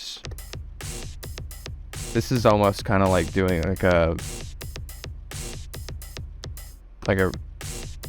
Jersey club rhythm, but it's like way faster, and the snares are all different.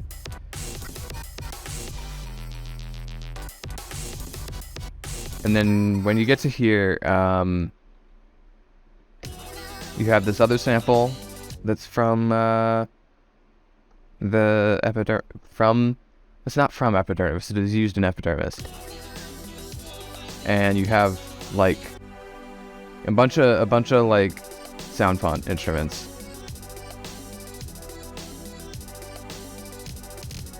So you've got the fucking Kirby thing. You've got Mystery Dungeon bass. I've got the Mystery Dungeon drums doing the fucking pattern that they do with the bongos or the toms or whatever. So like every fucking Mystery Dungeon song. I don't know if every fucking Mystery Dungeon song. Probably not all of them. But this like pattern shows up a lot in that game. So I was like, I'm gonna throw it in here. And then this is from Chrono Trigger. I mean, it doesn't really matter. It's just a string pad. I could have used anything here.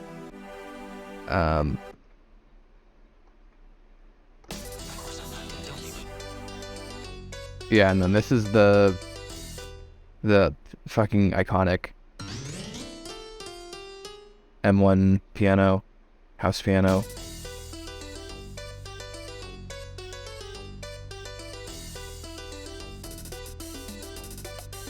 So yeah, this part doesn't have a kick. This fucking Always Sunny clip.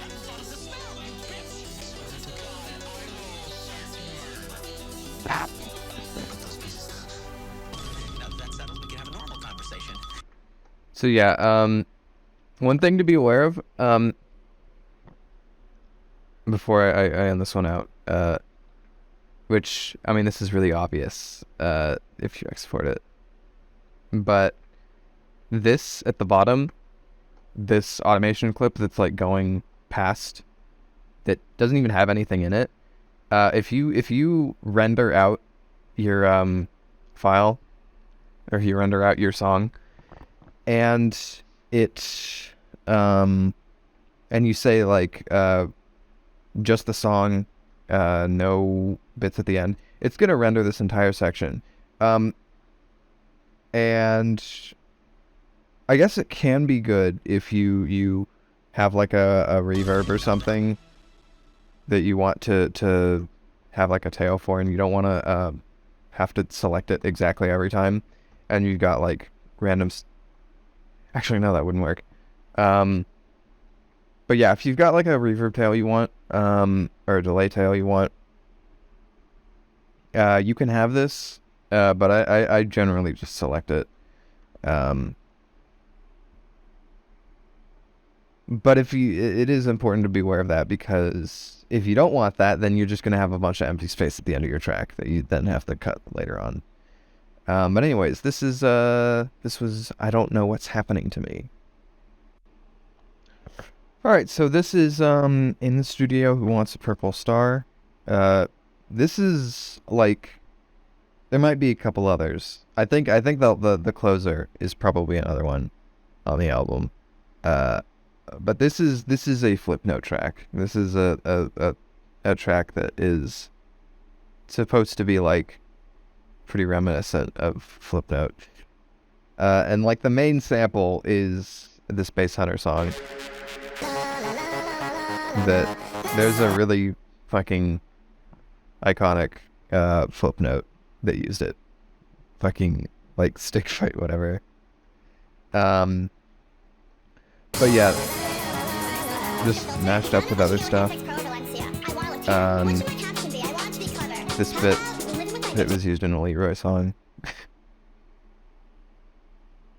These are Tetris Tetris Friends sound effects. Good job. So Tetris Friends, if you don't know, Tetris Friends was a it was like an online Flash Tetris, and it got shut down when Flash got shut down. But a lot of the voice lines got ripped before then, so Good job. they're there. Teaspoon double.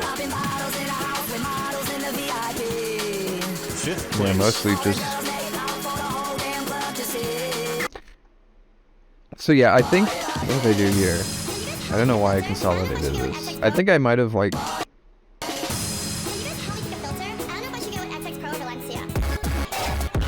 Yeah, I don't really know why I consolidated this. There's probably a reason. But whatever. This is a stuck in the sound sample. This is a Paris sample. So it's really quiet in the song. You can barely hear it, but you can hear it.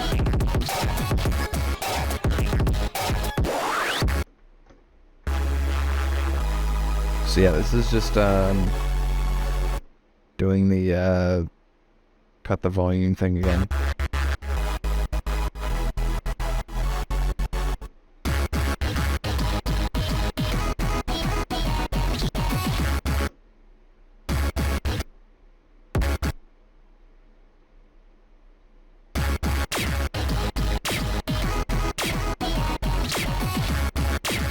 So yeah, this is a dark course snare, but this is just I think this is a Zero Escape sample.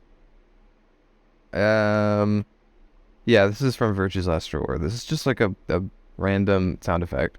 So yeah, this is that's something that's good to do if you want to have sound design, weird sound design stuff. Just grab like a sample from a fucking video game or something, and then just run a bunch of effects on it. So there's that. That's what it normally sounds like, but I boosted it. And then in the... I didn't do anything here. All right.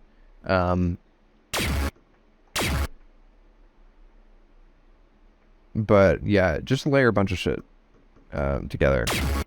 Is this a side chain? Yeah, this is a side chain. So I think I had... Did I have...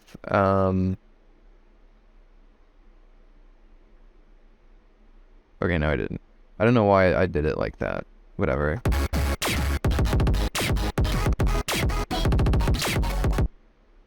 So yeah, this is just sidechain on the same as the kick.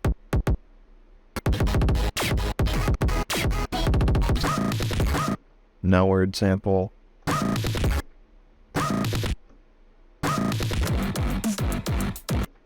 Yeah, you get it.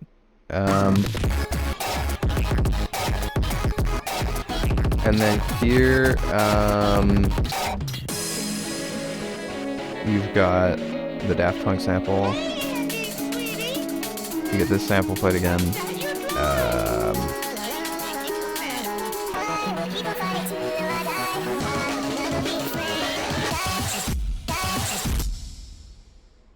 Just little short samples like this everywhere.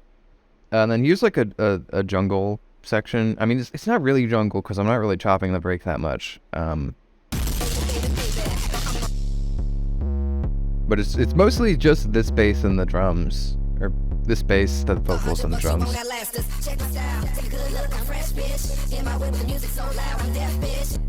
But I've got like drum and bass drums, and then I've got that layered with the almond break.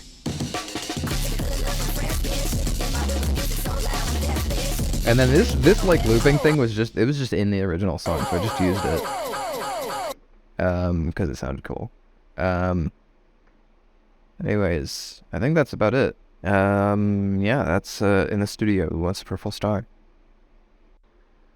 All right, this is the title track. This is Internet Brain Rot. And this is the first track I made, so I was kind of doing a lot of this stuff in the dark, like I didn't really know what I was doing, as far as really Daria Corey sounding stuff goes. I think I got the Jersey section pretty good. This like IDM section that was like it was kind of like trying to like do. I was trying to do the flashbulb, like early flashbulb, like Red Reflections flashbulb. Go listen to that album, it's good. But I don't know, I think it's okay. I don't know how much it fits in the song. But then this fucking part that in retrospect is like, it's basically power noise.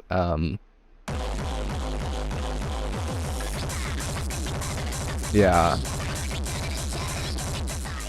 In retrospect, it just is power noise.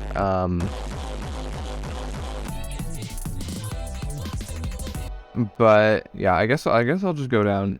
This is, yeah, you can tell this is the beginning of when I was making stuff because I was just using Nexus presets.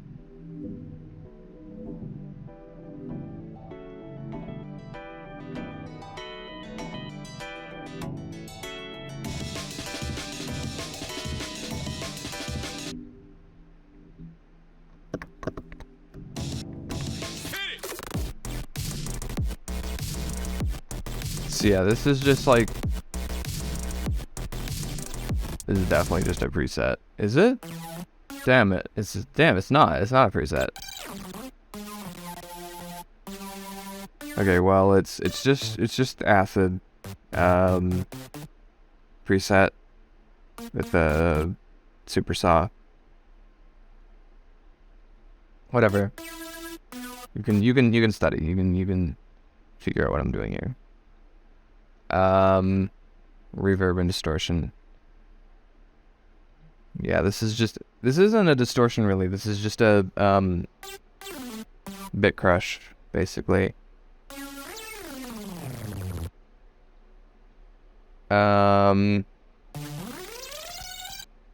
guess I didn't have this on. I don't know what I'm doing here. Whatever. Yeah, this is just a fucking NES layered with a. Can you even hear that? Is that? It's basically silent. Whatever. Oh shit. Yeah, this is broken. Well, it sounds basically the same. Whatever. But yeah, that's just the angle grinder preset, and I think I changed it a little bit.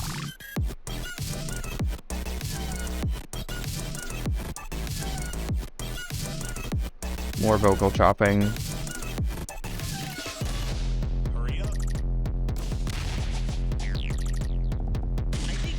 So yeah, there's basically nothing here except the Jersey kick and then a bunch of like samples. I mean, I just like put shit in. I don't know. There was not really a lot of strategy here.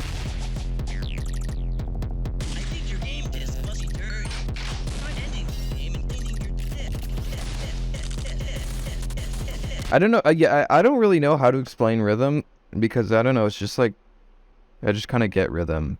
When it comes to sound design, it's like okay, because I had to learn that. I can explain that. It's just I don't know. I just placed what sounded good.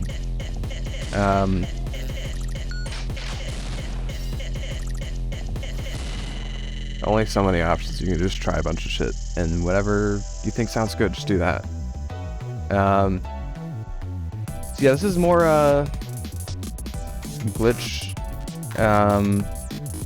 I mean, I didn't really do that. I could have just done that. It's the same thing, but whatever. Bunch of, not all of them are on. If it's 0, it means it's not on. Or like as an option is a thing it can select.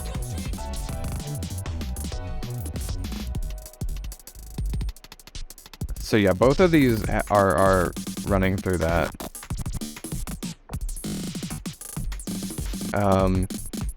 And then you get the first bits of this acapella. It's pitched up. It's using the monophonic because monophonic's funny.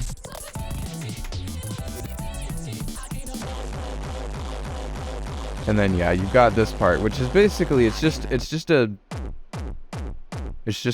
like fucking hardcore kicks, and then yeah, this is just a trance kick. a lot of trance kicks are really good for clipping the fuck out of. They sound good when you do that. But then yeah, the whole, basically everything here is, I have a, I don't even know where I put it.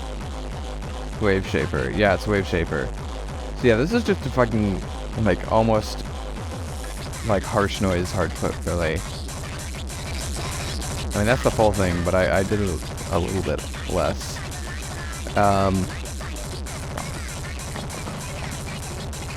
And then yeah, you've got more speedcore drums.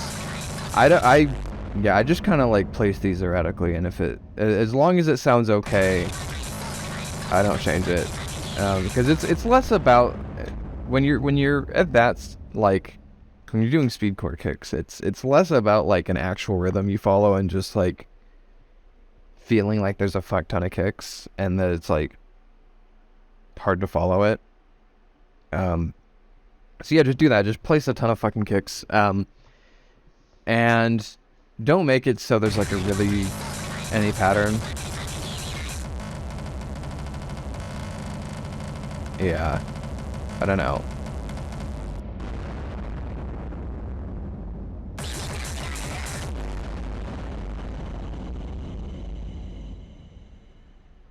Yeah, anyways, that is that's internet brainrot. All right, so this is losing my patience. This is the DVNO flip.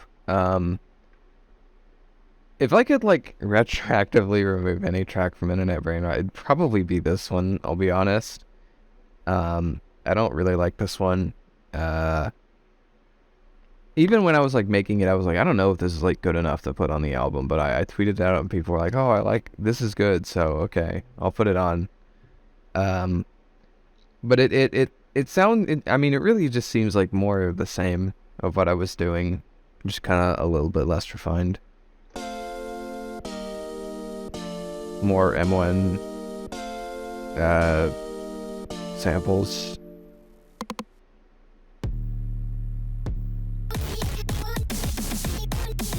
More vocal chopping.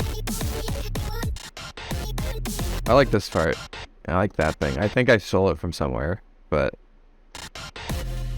it's Matter Arts communal. Who cares? Pizza!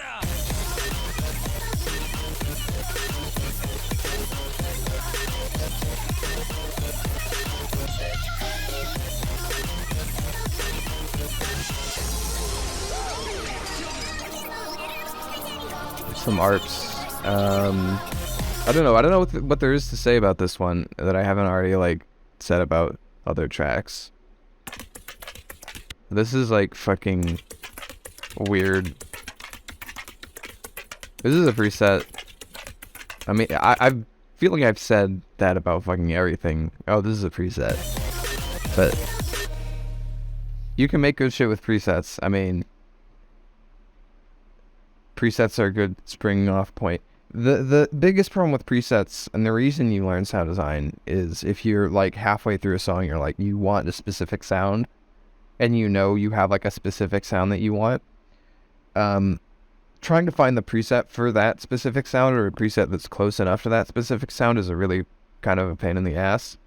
But if you like start building a song off of a preset, like everyone does, I feel like, okay, well, a lot of people do that, and I feel like it's pretty normal to do that. There's no real issue with doing that.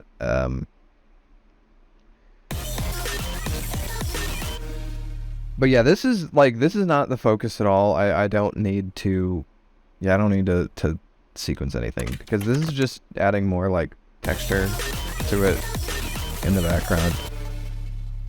You can't hear it. I don't know. It sounds like, I don't know if this is placebo, but it sounds like very slightly less busy if I turn it off. Which, I mean, the whole goal with this kind of music is to make it sound really busy. But yeah. So yeah, these are just Omnisphere vocals. This is fucking OPN. fucking 1-0 tricks shit in there. Yeah. I'm very hungry. Hungry Pumpkin. And then you've got this part here. Which again, yeah, this is pretty similar to some of the other like hardcore breakdowns I did. Where I was trying to do up-tempo hardcore, but I didn't really know how.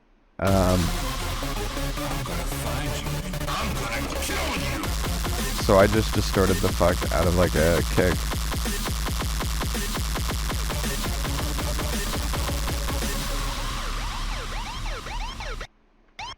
So yeah, I did this, or not this exact thing, but I did something similar on a P9JM song. But the people always use the car crash siren for the crash, or they'll always use a snare for snare, and I mean, like, it's just one of those things, just like, if you want to do like cool sound design stuff or just like weird experimentation stuff, just experiment, just like try doing some chopping like this with like a sample. You wouldn't think of, oh, this is like a I don't know. I don't even know what you would call this, like what the word for it is, but just like a background sound. But yeah, you can barely hear it, only if you're paying attention.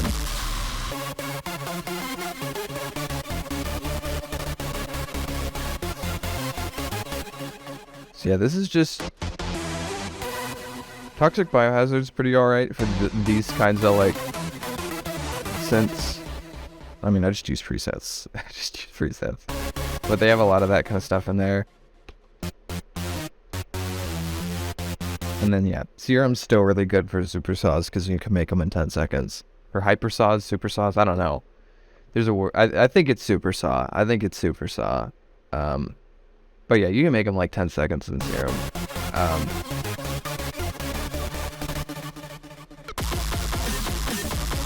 And then yeah, this is fucking epic pixel battle, Luigi Donald Dog. I think this is.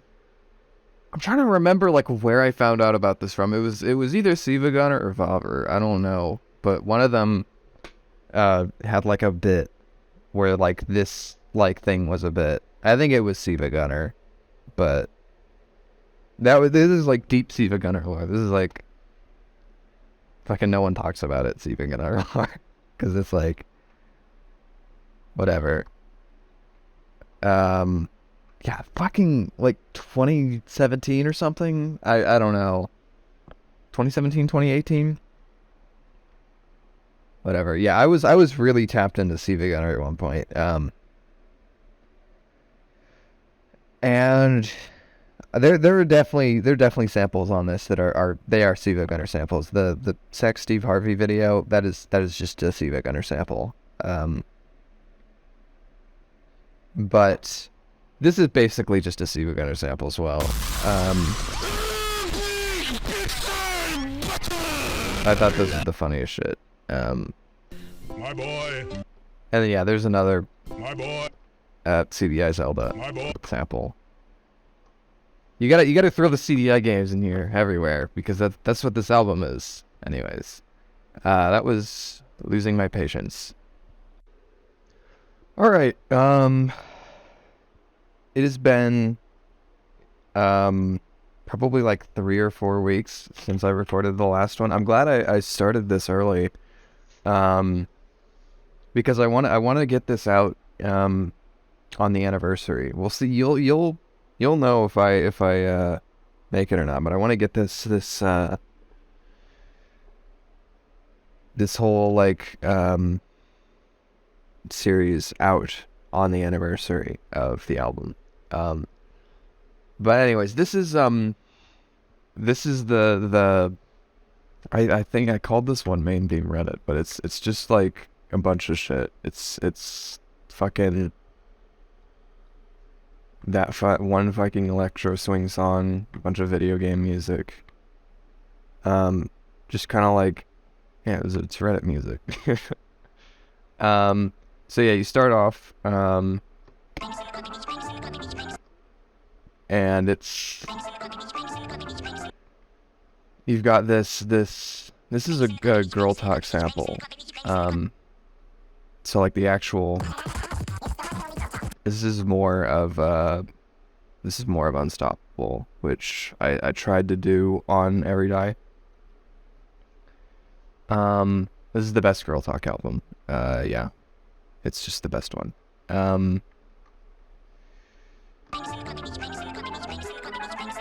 This is just, oh shit, okay, yeah, this is another fucking, this is another song I made that I never released because I thought it sounded like shit. It's just like a really crappy rhythm song. Let's see, I'll just see. I have it fucking hard clipped, so, and pitch, yeah, whatever.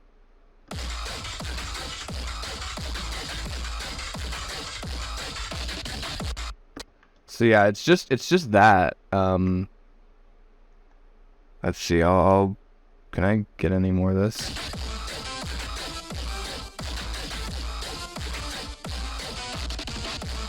Let me know if there's any demand to release that, because I don't think it sounds good. I guess it sounds alright when it's fucking hard clipped to shit. But when it isn't, it just sounds kind of weak. So if I do release it, I'll probably hard clip it to shit.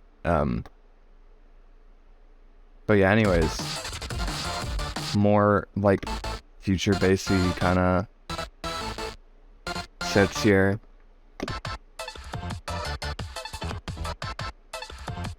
You gotta chop your shit up.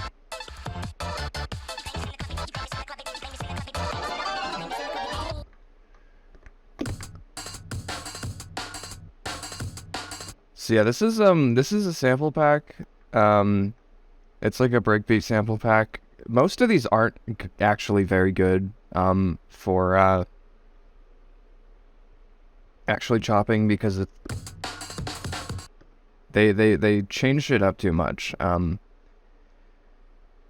they're not great for drum and bass or jungle or anything like that. But if you get in there and you chop, you resequence it a ton, it can sound alright.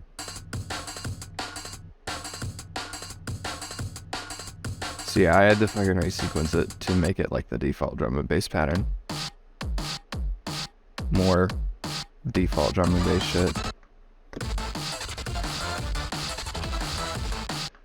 And then yeah, this is just a straight up mashup. Song from Silent Hill 2 and a song from Mystery Dungeon. I think they're slightly detuned. Yeah, they are.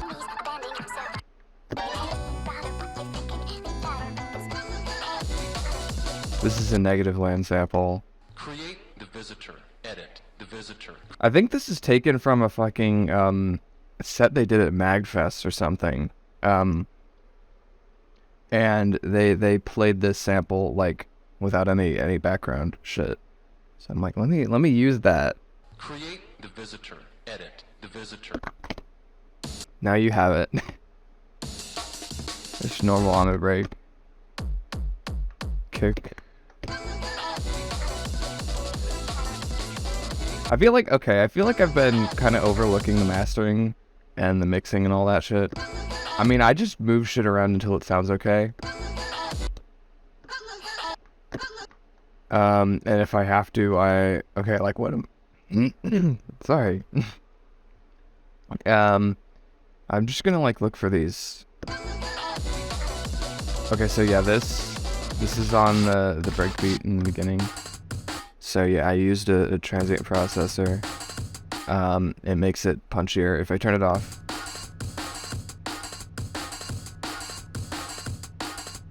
So yeah, it's a lot tighter if I have that on.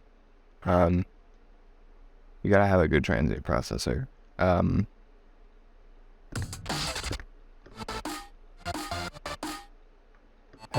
Okay, it's been so long since I did the last one. I can't remember if I've talked about how I sidechain shit. I'll be brief in case I have. I just send everything to one channel, and then I have a balance, and then I automate that. And by everything, I mean everything but the drums. So, like, if I mute this...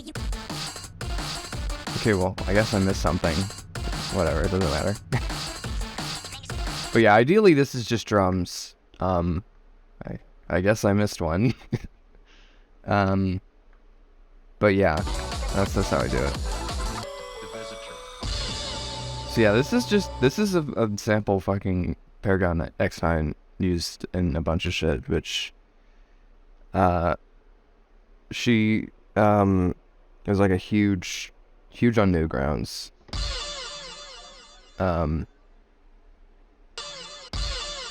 I don't know where this sample comes from, but I wanted to use that.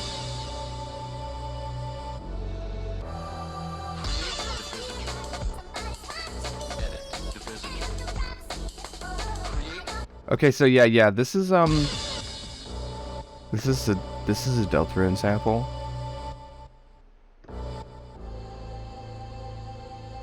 So yeah, I have it just kind of looping there.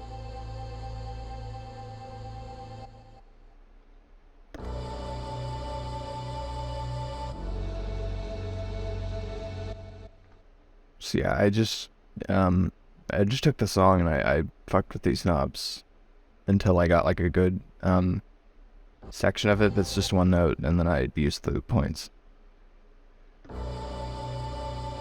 Did I do anything else here? Yeah, I did the delay on it, because that's what it is in the actual song. This is how you get the both ears delay, where it kind of goes back and forth. You have one set to hard pan to one ear, the other set to hard pan to the other ear, and then you just do different times. So I think this is 2, and then I think this is 3. No, this is 4. Okay, I did something weird. And then yeah, need key to make it sound better. To brighten it up a bit.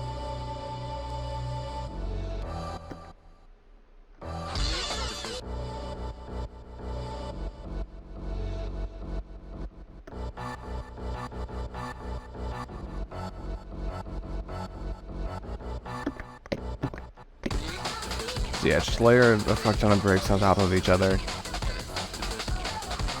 Just use sock uplifter. I need to like... I mean, it's not hard to make these, I'm just lazy. So I just use samples from sample packs. Yeah. Here's a little Sebastian sample. And then like the actual song sounds nothing like the rest of this. Whatever. I like to do shit. It's fucking 9 a.m. I shouldn't be doing this right now, but whatever.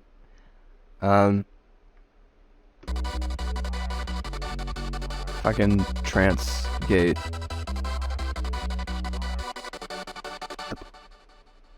Yep.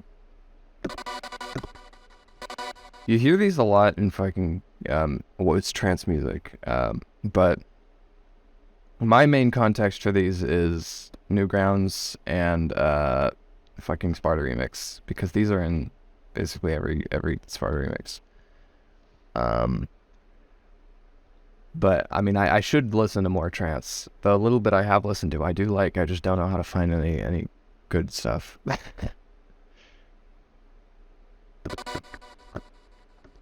What is this?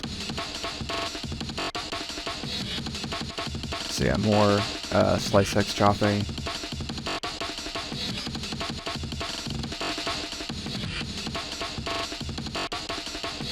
So yeah, within this, some velocity stuff, but the main thing you want to do if you want to do like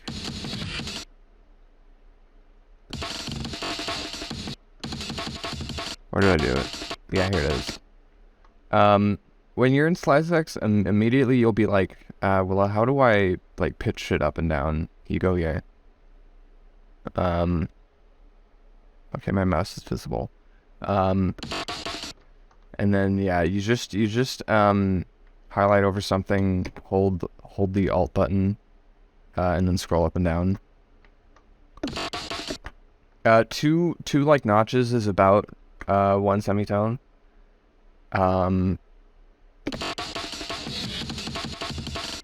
So yeah, that's I don't know if it is exactly, but it doesn't matter. It's a drum.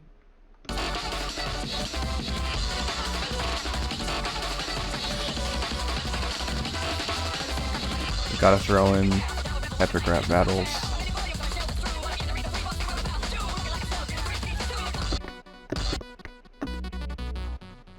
More of a freaking old ass synthesizer.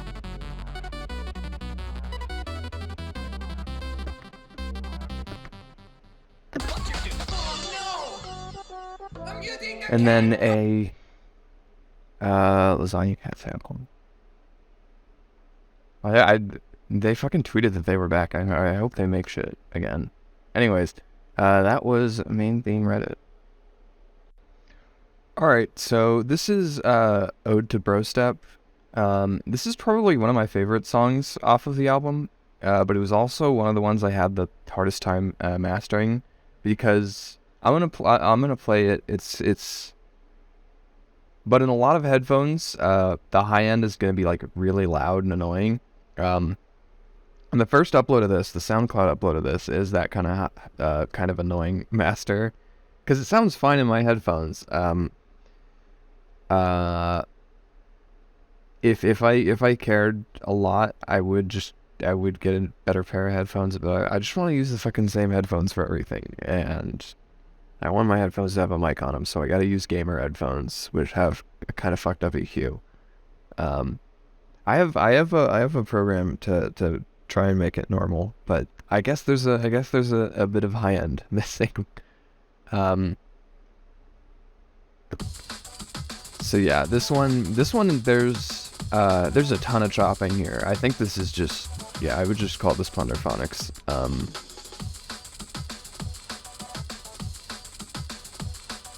So yeah, this is meant to be a SpongeBob Squarewave tribute, ripoff, whatever, however you want to take it. But it's me trying to do that. So yeah, ton of samples in here.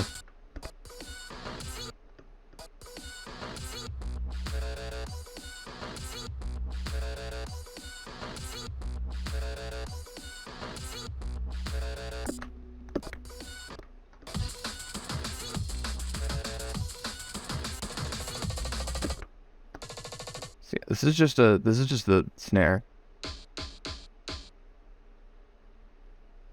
When I was started chopping breakbeats, I thought you had to like export all of them as like separate samples. I didn't know about Slice X, so I have all of the hits of the almond break just on my computer. This is a sample from 0G, first 3 0G discs. So many iconic samples on all of them.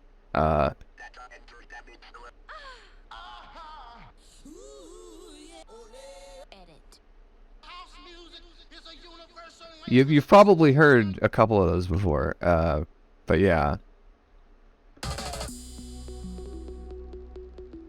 So yeah, this is... I wanted to do this quieter section before the drop.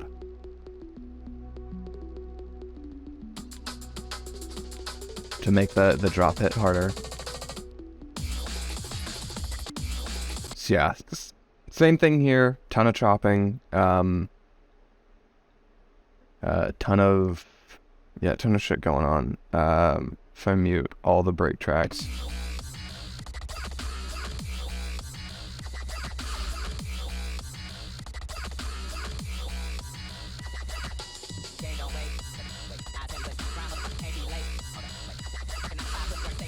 So yeah, sometimes these are like they're multiple on top of each other. a little so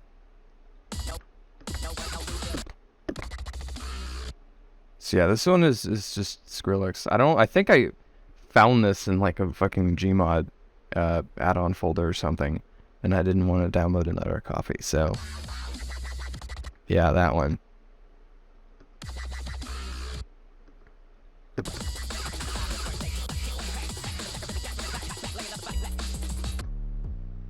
So yeah, this is just an 808. Get this shit off here. This on the other monitor. But yeah, this is just an 808. Okay, never mind, I gotta pull this back up. So yeah, it's just simple notes. I have it set to just keep going, and then cut itself, so it doesn't, you don't have like a really yucky overlap. So without it, it sounds like this.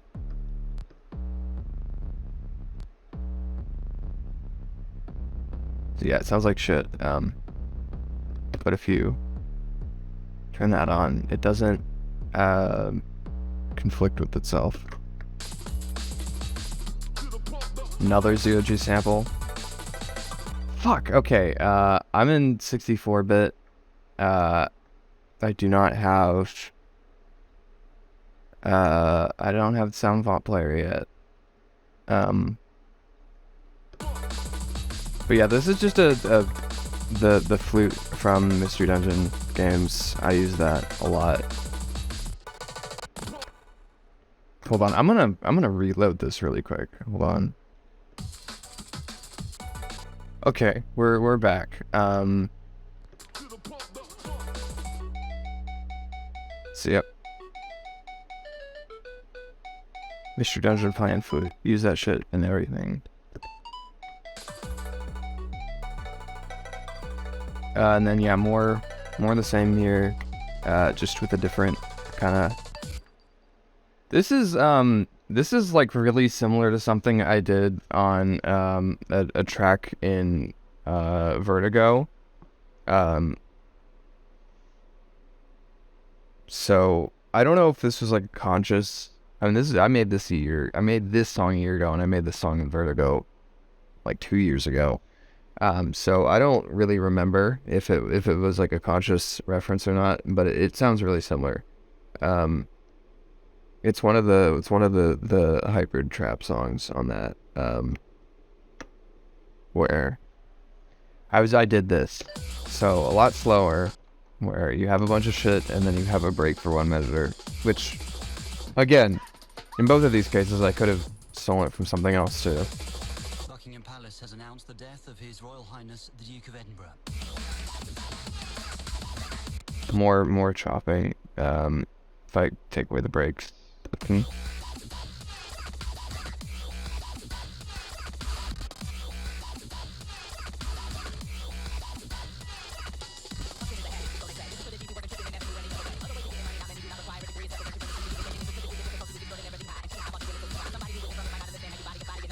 Fuck. Okay, hold on. I'm just now realizing I forgot to unfuck my EQ.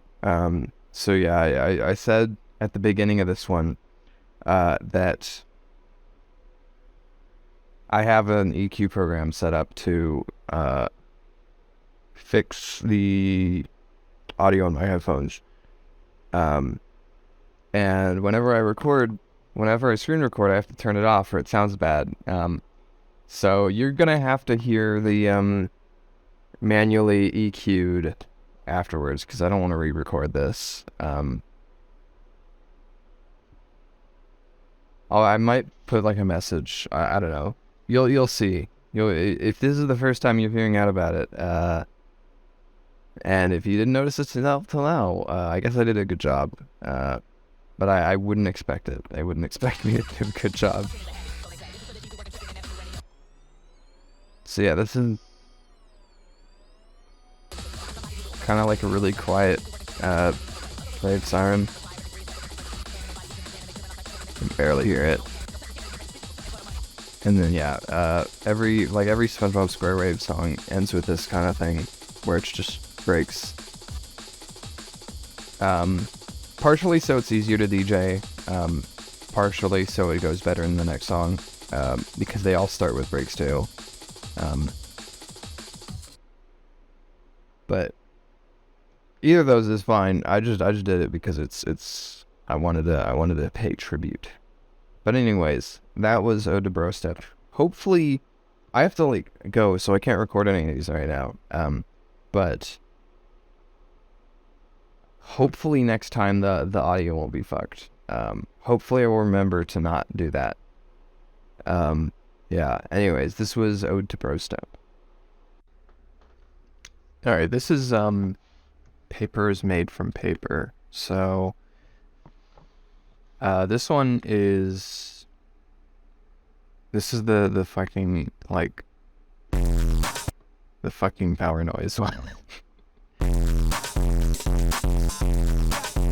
This was really simple. It's just this is a filler, not a filler song. It's like an interlude. It's just the fucking iMovie this shit. Which this was in both YTB Sexer and a Vaver meme. It was like a Ray William Johnson thing. I don't know. I kind of remember it. But that was a Vaver thing. I remember that being a Vaver thing, and then it like a couple, not even, was it a couple years later? It might have been a couple years later. A little bit later, it was a YTV Sexer thing. And then that's just with the Reese's Puffs acapella. Fucking, of course. And then this is layered over the first bit from the Wow It's Made YTP, which is where the song title comes from. The papers made from paper. Made from wood, trees, and paper, chemicals, souls. Yeah. I think I did like, did I do some effects on it? Made from wood. I think I did. Made from wood. What did I do here? Made So I widened it a bit. This is, I think this is Blue Labs. They like went out of business. So they put up all their plugins for free. And they're sometimes kind of laggy and shitty, but they're free. So, you know, what works. Yeah, just compress it, and then cut the low end, because otherwise it's really, like, it kind of overrides the bass.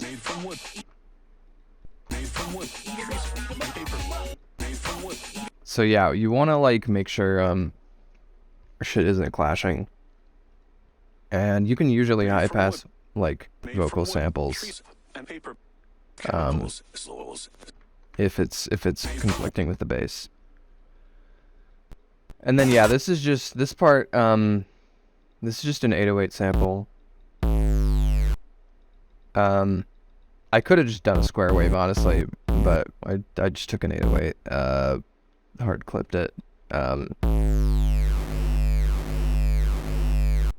I said this so you can loop it if you want, but I mean, I never played it that long.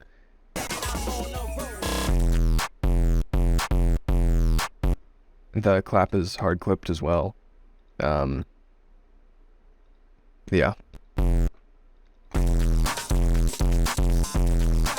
And I don't even think this one has side chaining. It just has a soft clipper on the master. Because the drums are so much louder than everything else. Yeah, I mean, you can do that. It makes mixing, like, difficult, if you want to be precise, but for something like this, you can totally do it. Big mouth. And then yeah, there's the Big mouth. Me? and yeah, tiny little sample from the fucking first YouTube poop ever. I don't know if anyone caught that. Did I even put that in my... I think I put that in my samples list. But yeah, tiny one. Me? Gungaga. Anyways, let's see. I have the shit at the end of the project file area where I was stuff that I was like thinking about maybe putting in but didn't fit. I don't think you want to mess with my katana blade. Get back in your fuck. There's the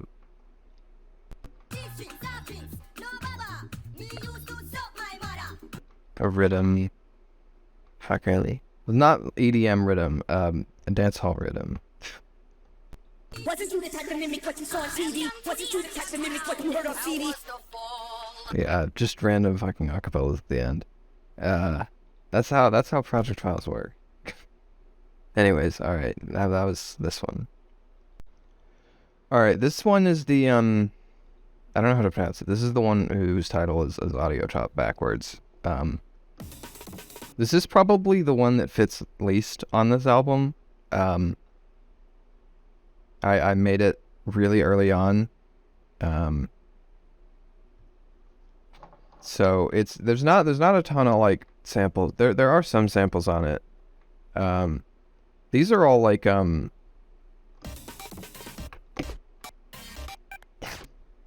sorry, these are all like synth. They're not synth presets. They're like samples from sample packs.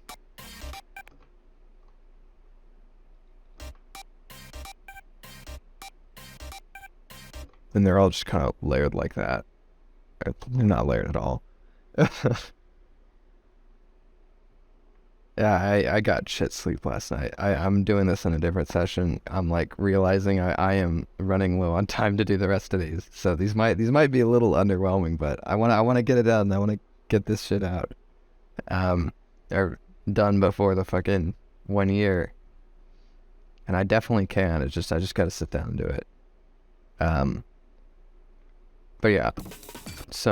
This one has like Rhythm Heaven samples on it. So yeah, I think these are from the Rhythm Heaven remix editor has like all the Rhythm Heaven samples in it. So if you want to use Rhythm Heaven samples, just get that. This is have I run into a Fortune Street sample yet? I've sampled Fortune Street a couple of times on this album. Another Rhythm Heaven sample. Another one here. This is this is like a disco arf, but it's really fast, so it ends up being more kind of psytrancey than anything. More CDI Zelda. And then this is Hungry Pumpkin, which is like another one. I don't want that.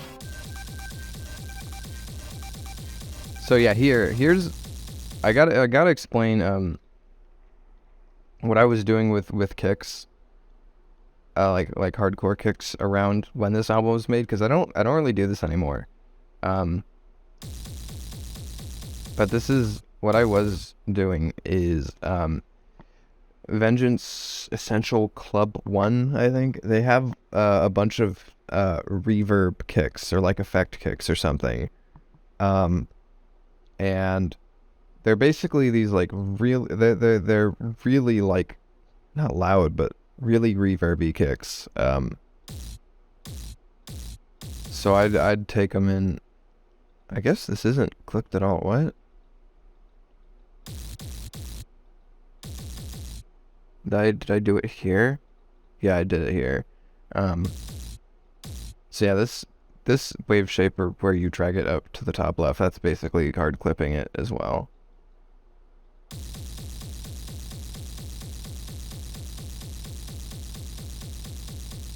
So that's what I did for a lot of the kicks on this album. Which is why it sounds a little like it sounds weird. It's not really. I kind of wanted to do like up-tempo hardcore kicks, but I didn't know how. So I just did this. This is a sieve sound effect. I missed that. That's a sieve sound effect.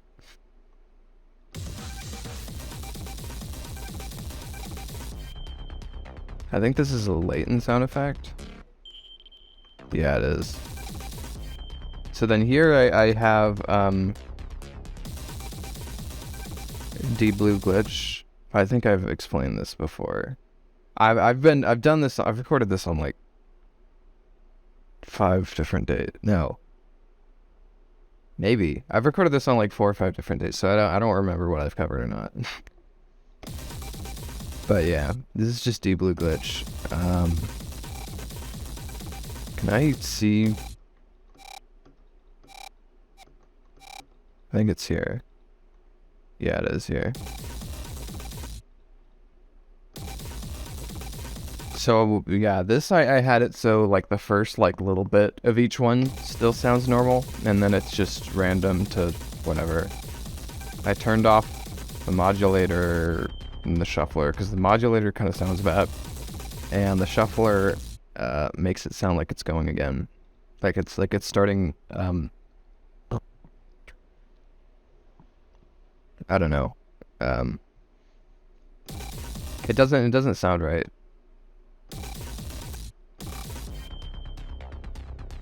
And this is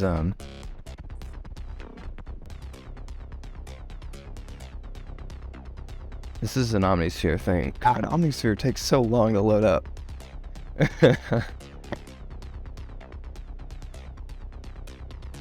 Yeah, this is an Omnisphere thing.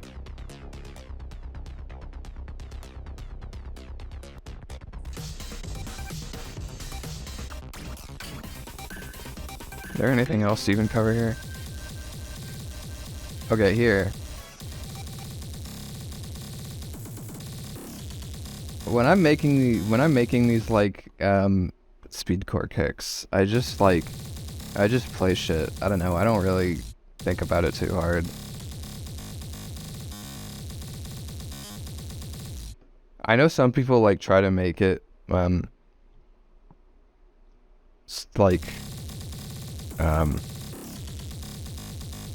make sense. I don't know. It's just, I just go like, it's so fast you're not gonna hear it anyways. And I think this is like closer to because compared to a lot of the speedcore I've heard, this is probably the closest to like the Quick Brown Fox. Specifically, I gotta remember which album it is. It's the shorter one. It's the one that's only like 10 tracks long. I gotta pull it up. Oh, there's my music.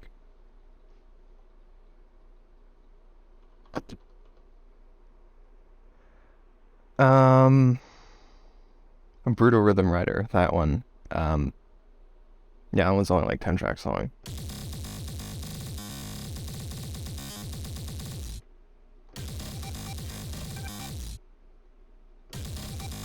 So yeah, there's like, can you even... kind of quiet, but you can hear it.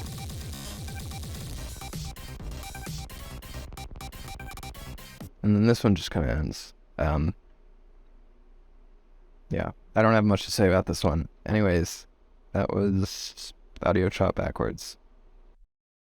Okay, this is one I can like actually talk about. This one is Showtime. I think this is probably one of the best songs on the album. This is like one of the last ones I made too.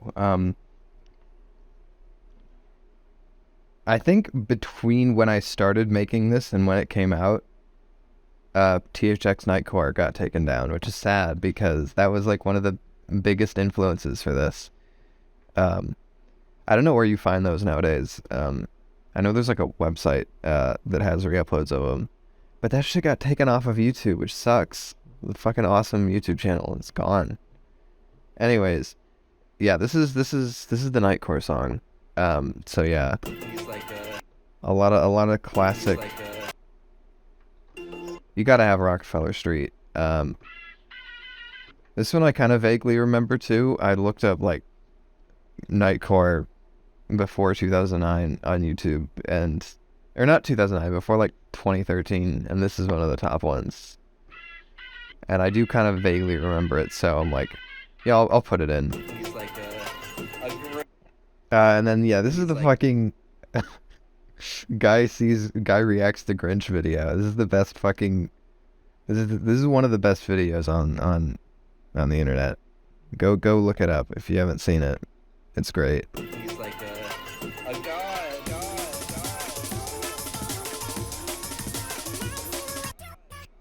So there's some chops going on here. You can't hear it that much because the brakes are really loud, but it is a little weaker without them.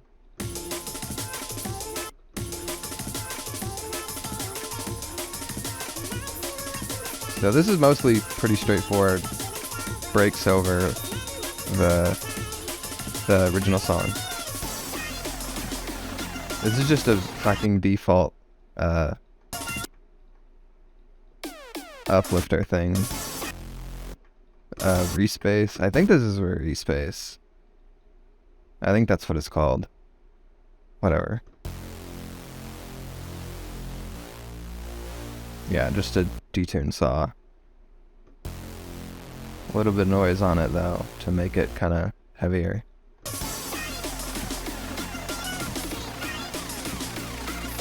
And then yeah, here's the THX night chord. And then this drop is kind of crazy because there's just like a bunch of shit in it. This is a preview Galactic Hole posted on Twitter, and they said they weren't gonna finish it, but I liked the bass in it, so I was like, I'm gonna use this. It was like a Venga bus flip, I think. Yeah. We don't give a Yeah. So I just took like the hard clip bass from that.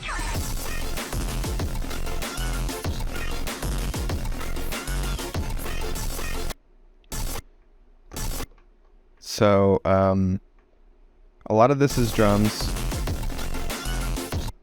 I wanted to keep like the break stuff kind of going on during the drop, because a lot of times you have breaks in like the build-ups, but you don't hear it too much in drops in Daria Car.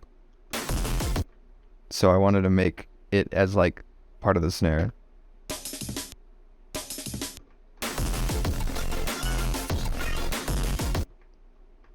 And then yeah, the rest of this is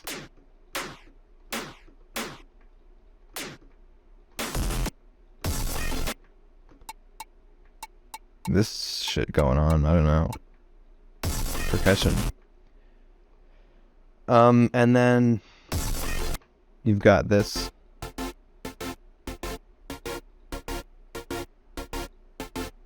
Fuck, I can't see it. Where the fuck is it? There it is.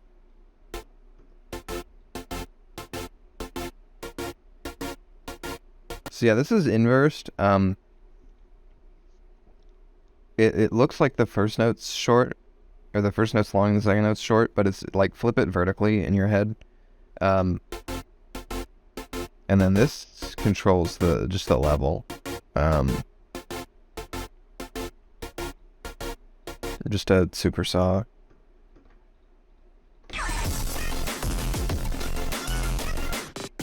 And this is the thing that a lot of Daria Core does. I don't know. I took it from somewhere, probably a Leroy song.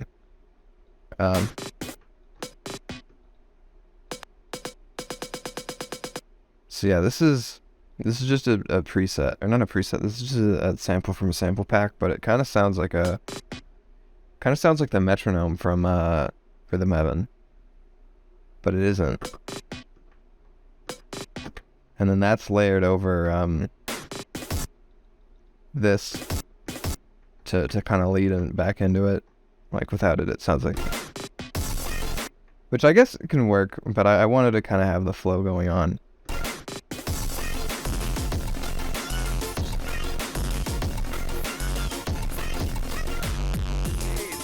And then this is a fucking sample of the zoo race, which was a game like 4 or 5 like gamer YouTubers covered back in the day. So it was one of those games that you like heard about because it was funny. Or it was I guess like it was probably like easy content. Because it's just like this weird like Christian game about fucking insane weird races, and it was like the voice acting was bad. Easy to riff on, so that's probably why like 4 or 5 of them covered it. But this riff is like in one of the songs in it, and it's like it's a basic riff, but it's a good riff. So I was like, I gotta use that, and it happened to be in this one. So then I also throw that in with the dialogue from the like opening cutscene. More of like the lead up. This is actually not the normal body scream. This is the AI body scream. This is the AI version. There's like a bunch of them in the video this came from, but this is the best one. Feel free to sample that. It's not my sample. Use it if you want. So yeah, here's a bit more. This one is like just play a bunch of shit at once. So yeah, this is some ring mod going on. Kind of makes it sound different.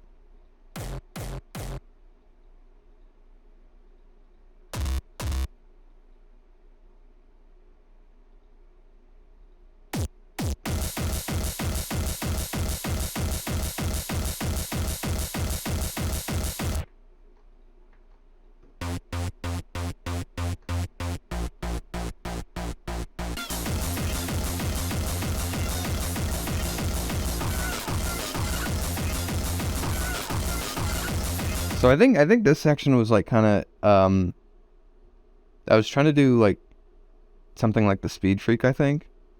I mean that's what the ring modded kicks, and like this part especially feels very speed freaky. And yeah, his shit's good. Go listen to, like, he has like a bunch of like DJ mixes on Spotify. They're good. And like all of the DJ mixes are his own shit, which is kind of insane because they're like they're long as hell. Well, I guess they're like an hour long, but they switch tracks like every minute. It's pretty crazy. I would highly recommend go listen to that if you like this part, or if you like what is it? If you like Soulseek mixtape on Internet Bonus. That was also me trying to do the Speed Freak. And then yeah, this is just back to kind of the original thing again with a couple more layers.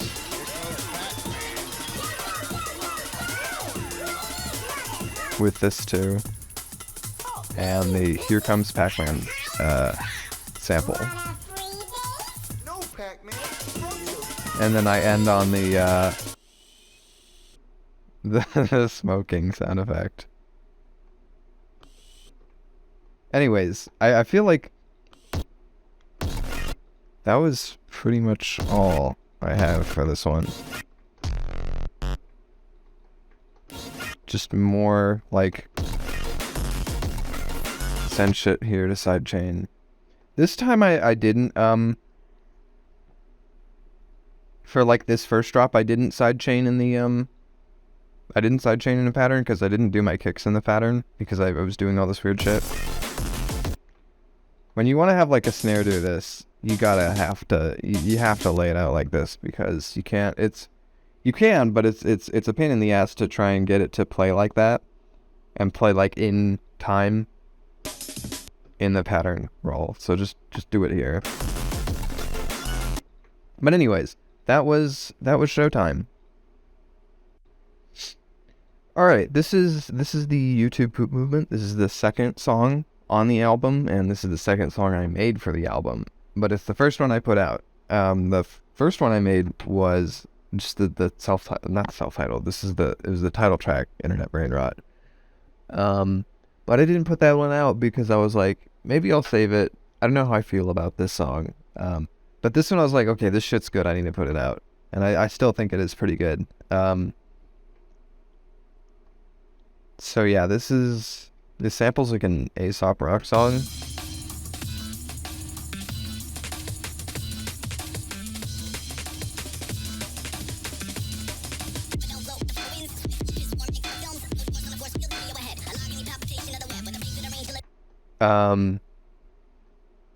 This is when I was still like kind of developing the style I was going for. But I knew I wanted to do like a YouTube poop album, so you got to sample a fucking McMango's is Suspended. One of the best. I know I've said this before for other shit I've sampled, but this is also one of the best videos on the internet. Fucking look into 2010's YouTube drama about YouTube poop sampling, I guess. And what the YouTube poop movement is they think it is funny.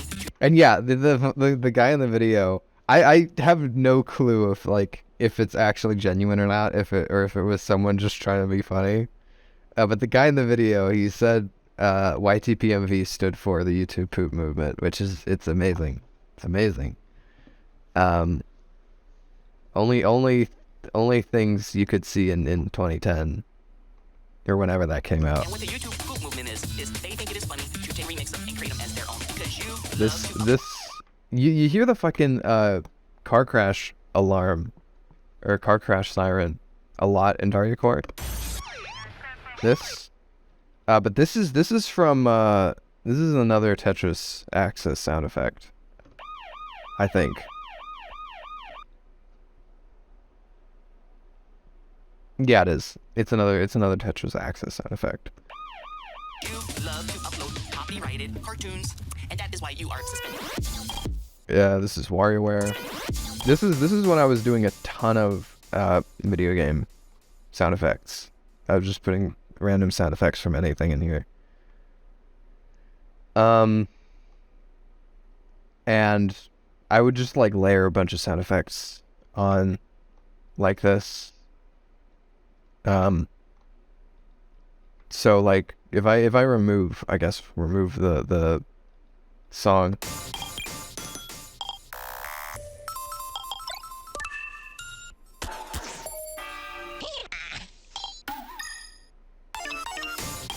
So yeah, you should be able to hear those a bit better and what they're from. I'm not gonna go over all of them. Probably the most obvious one is the Angry Birds one, but next one's okay. I'm not gonna go over all of them. I don't need to. They're just samples that you probably have heard.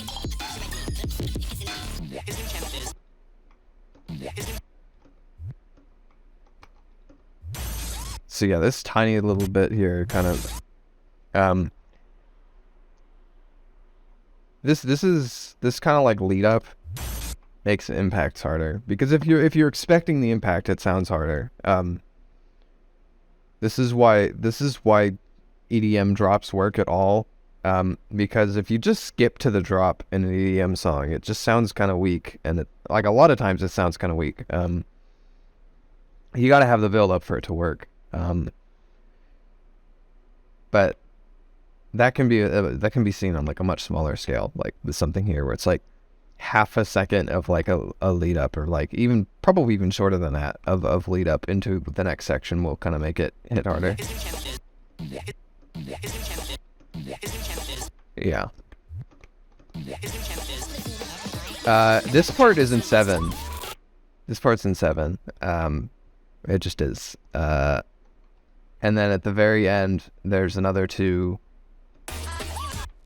like beats to kind of get it back on track.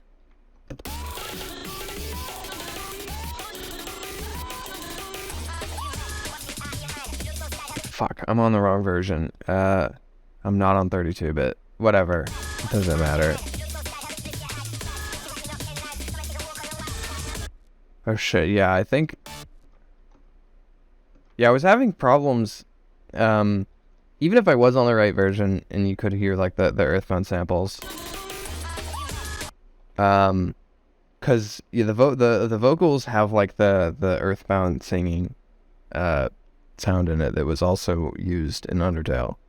But even if you could hear that, I've, on, like, old enough projects, sometimes Serum presets will just break and they'll just be muted, which kind of sucks ass. I can like go in here and I can see like what I did. So this is not even, this is just a preset, and I think I probably modified it, but you can't hear it because it's fucked.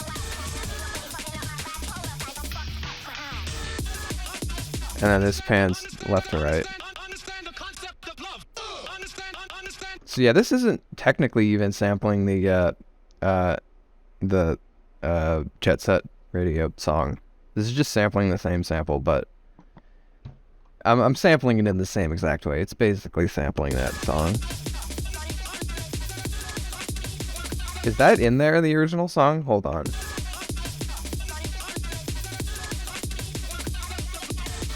I'm curious. Is that like an accident? You can barely hear it, but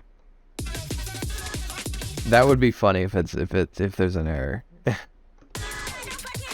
are a little boy who has nothing better to do but to upload crap, and that's keeping it real. And then yeah, it kind of ends. But yeah, this is like a speed house section.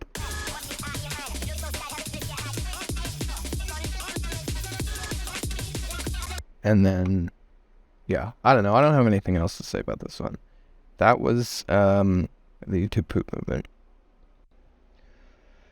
Alright, this is Unflinchingly Bleak. This is the last song off of the album. The title for this song is kind of an inside joke among my friends. When I reviewed Disco Elysium on Backlogged, I think I described it as unflinchingly bleak, and they've made fun of me for that. So I was like, I'm gonna put this in the fucking song name because stupid. It's a stupid thing. So this is the last song on the album. And I think when I was making it, I did intend it for it to be the last song. So I don't know how far in I intended it. I might have like made this like opening like kind of thing and been like, okay, this could be the last song. And then I don't remember. I made this over a year ago at this point. But I mean, this one's pretty simple. It kind of doesn't sound like Daryacore until you get here. I wanted to do kind of...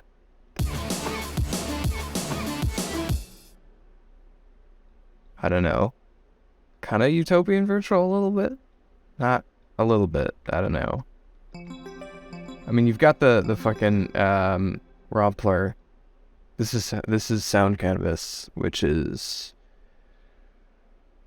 Roland Rompler, and it's layered over the Food Criminal acapella, and then you've got some breaks that come in.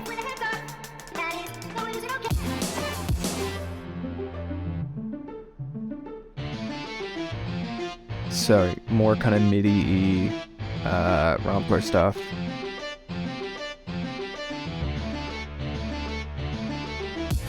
And then these like really like sequence drums.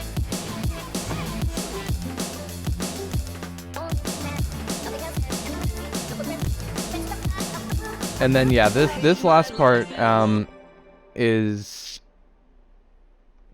I mean, it's just kind of the crossover.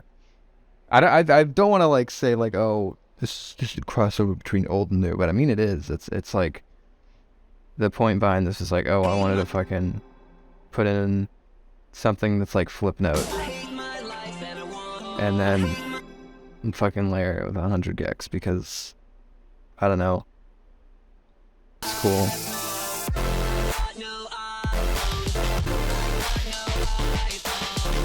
And then this part's a lot more like typical. You've got the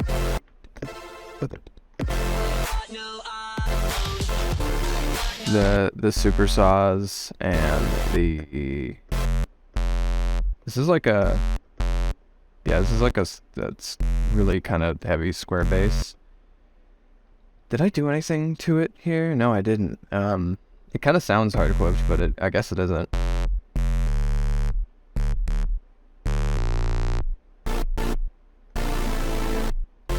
And then you got the sidechain stuff going on as always.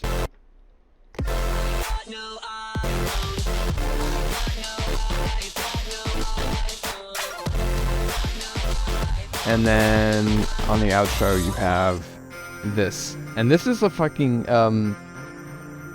back in the early 2010s. I'm trying to remember what year it was. Or like what years it was. I think it was like 2013, 2014-ish. There were a ton of videos on YouTube they were just like bot spam uploads, and it would just be like fucking the title of the video would just be like a bunch of search topics piled together, and the video would just be like a slideshow between like the Google image results for those search topics. And one of the songs that played in the background of those slideshows is this like thing. And I think it was only like a couple years ago that people found out what the actual song was. But I didn't sample that. I just sampled the upload that calls it the spam video soundtrack. But my memory with this one is there was like a video called like YTP Xbox One or something. I don't remember what it's called. But it was basically just a bunch of random Google images with this song in the background. So I wanted to fucking put that in. This is one of the samples that I'm like, I want to put it in for the people who fucking would recognize it, because it is like a weird, obscure thing. But it's like fucking, it is one of those samples where it's like, fucking sample the fucking spam video soundtrack. Anyways, that was Unflinchingly Bleak. Alright, so this is the first track of the album. This is Welcome to the Wonderful World of. And the funny thing about this song is I changed it. And I think it works better with the change I made. But the reason I made the change is because of the fucking Daria Core community drama about what the genre was named. Back in like January of 2022, when Jane was like, "Oh, this is not a genre. Stop calling it Daria Core." But this is the original version. I didn't bother when I fixed it. I didn't bother to go into the actual thing and fix it. I just edited this part out. So welcome to the wonderful world of Daria Core. So that's what it was. But I think with like the theming of the album and everything else, I think it works better with the fucking YouTube poop intro there.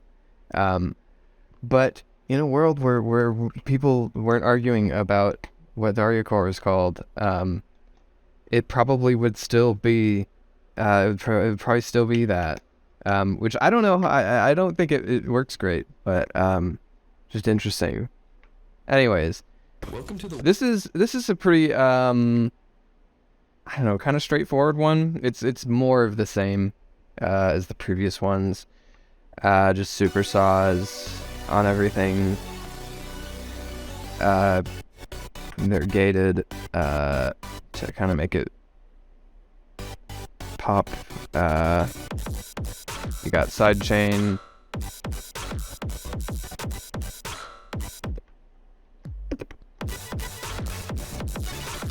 You got like a bass. Okay, I've explained this before, but my headphones are kind of shit, and I have to apply an EQ to them. And I have to turn off the EQ for these recordings, so the audio is really fucked up. I fucked that up for one of the recordings, and I don't want to go back and re-record it. So, yeah. But this one samples the fucking it samples a song from Wii Party, which there's a Leroy song that has like a snippet of Wii Party at the end. It's on DariaCore too. It's the camera mini game. But that is not like a sample I've heard someone like say, oh, it's a Wii Party sample. I know that sample because I fucking played the shit out of Wii Party as a kid. But this is the like bingo song or something. And I think this is like actually I was like fucking around with the files, trying to like rip shit. And I think this is the actual just rip of the file. It's not like a YouTube upload or something. And it's hard clipped.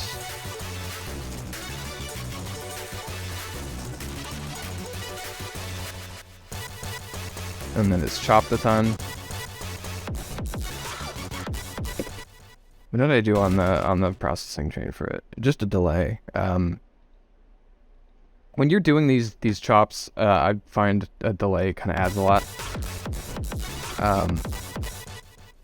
Without it, it feels kind of empty. But with it, it's a lot fuller. So this is also this is just a fucking Audacity raw audio to wave. And when there's like a thing you can do in Audacity where you just take a file and you convert it to a wave, or you convert it to raw audio or something, and you get like these really like kind of noise. It's like fucking noise, but it's good sound design. And I've used that and stuff before.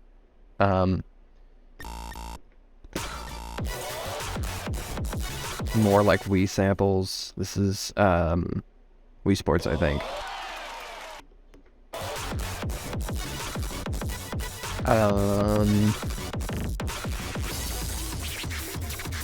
And then go into the breakdown.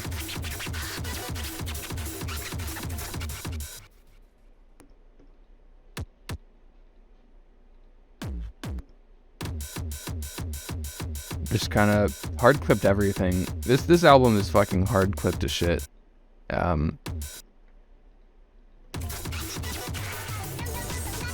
then this is also a song I kind of tie to the Wii because it was in one of the Just Dance games. And when I was 10, I played the Just Dance games. So yeah, this is the fucking Wii song.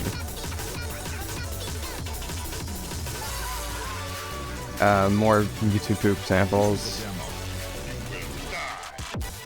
And this, I wanted to fucking, there's a fucking, video,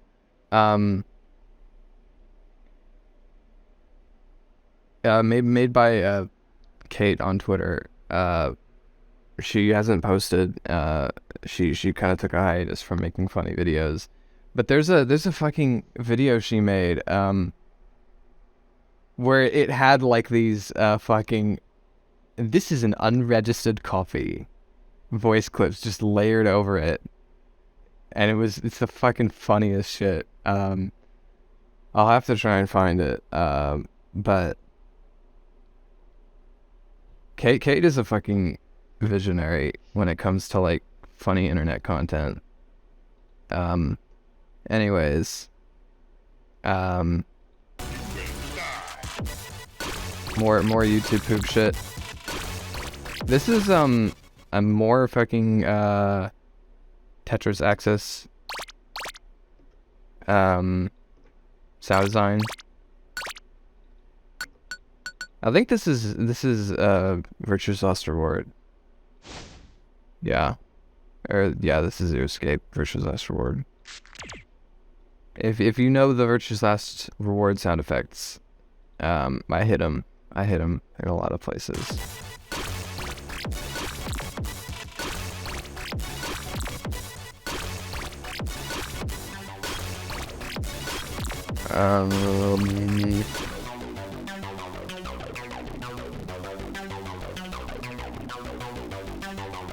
Okay, so this is one. Most of the serum shit I don't make. I just use a preset. But this one, it looks like I didn't use a preset.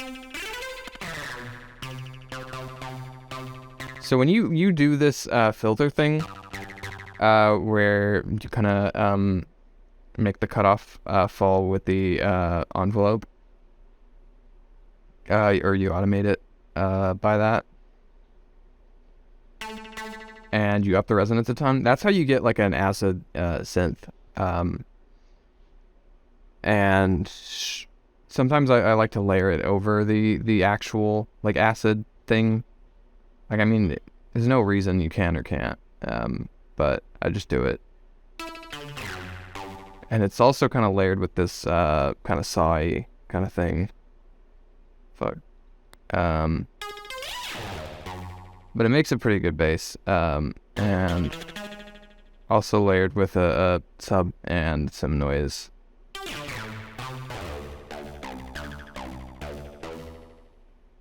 Pretty good preset, I think.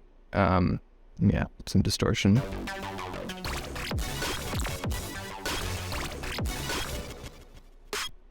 Normal snare.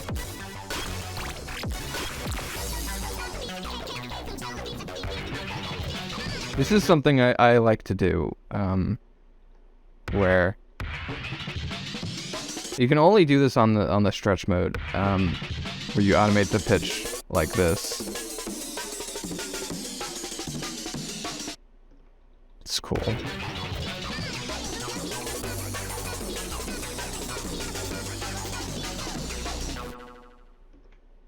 But anyways, that is welcome to the wonderful world of. Alright, so this is Where There's Smoke. This is one of the last songs on the album. But it's one of the first ones I made. And you can kind of tell it's pretty by the numbers as far as Daria Core goes. I was doing a lot more of this like kind of sound effect, just kind of spam when I was first starting shit. Because it's funny. Yeah.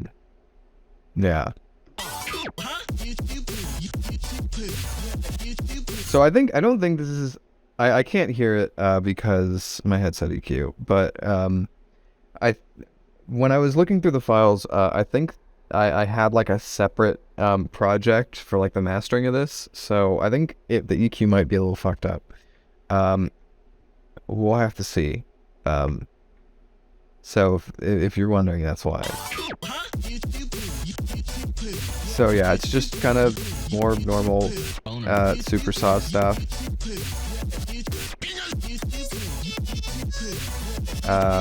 Fucking FNAF song acapella. I already talked about doing this. I think. Yeah, this is the kind of panning thing I think I talk about it in a different, like an earlier song. The like kind of choppy pan left to right thing. I definitely stole that idea from someone, probably Leroy / Shane, whatever.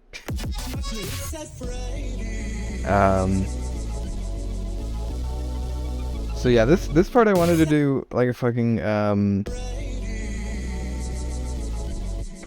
digital fusion kind of shit. So oh shit, I gotta the fuck. Okay. So yeah, it's just fuck. Okay.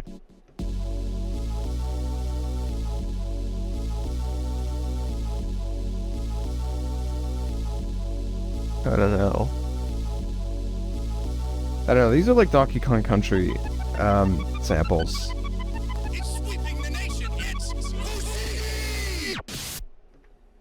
Another thing.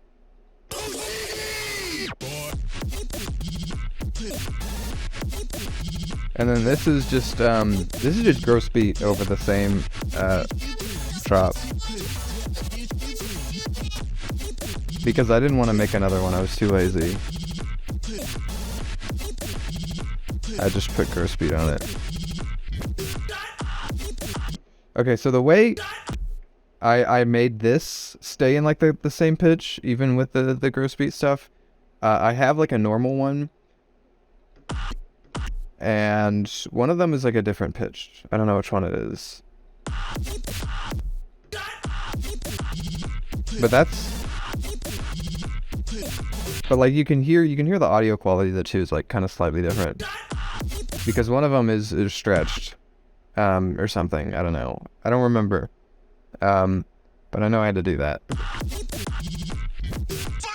Same with this thing. That's why they're split into two different audio clips. And that's just like a thing where it's like if you're doing something like this, or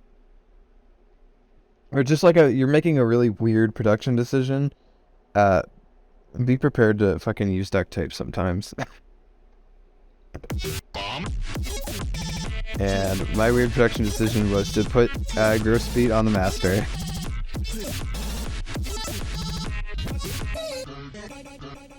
Anyways, that was where there's smoke, when there's smoke? Where there's smoke. That was where there's smoke. Alright, so when I was recording, I realized I forgot this one, so I'm sticking it on at the end. Or actually, no, I can probably just put this in where it's supposed to go. But this is You Know What They Say. This is the Big Beat Mario track. Big Beat Mario Jersey Club. So it's only here that I actually technically sampled Big Beat Mario because I didn't want to. This is the thing that's just easier to do in Vegas. It would be a pain in the ass to do it in FL, so I just took it. But the rest of this is just it's remade from the actual the actual clip. And the thing about Big Beat Mario is it uses the fucking Quebec Gamers audio, the fucking really distorted audio. So it sounds way punchier, but if you get like a better recording of the game, it doesn't sound right. But also the Quebec Gamers audio it's nostalgic. You gotta have the Quebec Gamers audio, where it's fucking hard. It's like fucking insane compressor on everything. But yeah, this is pretty simple. It's just Jersey Club.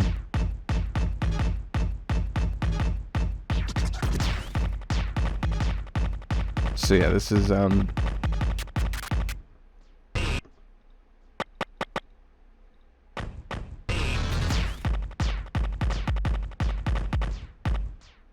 okay, well, you can hear a little bit of the bit in 7.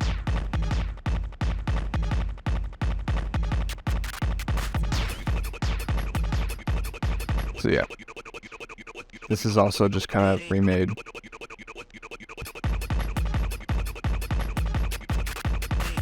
the fucking bed squeak sound effect.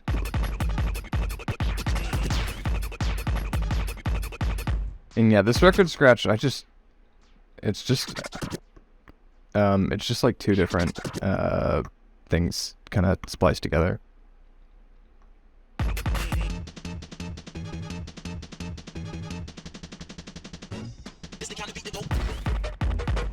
And then here's the part in 7. I don't know how many people have made Jersey Club in 7. I can't have been the first one. Somebody else definitely has done it before, but I haven't seen it.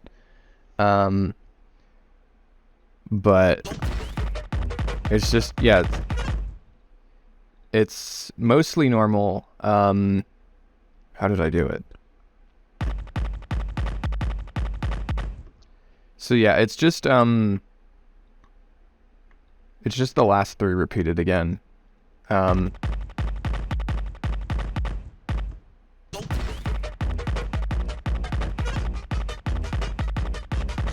then for this, I just kind of chopped off a beat.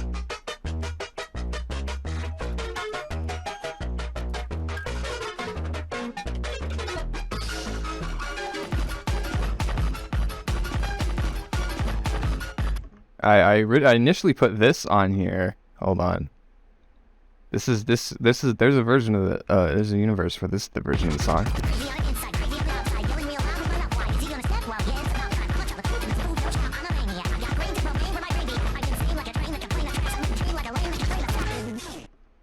But I got lazy and I also didn't think it sounded great, so I took it off.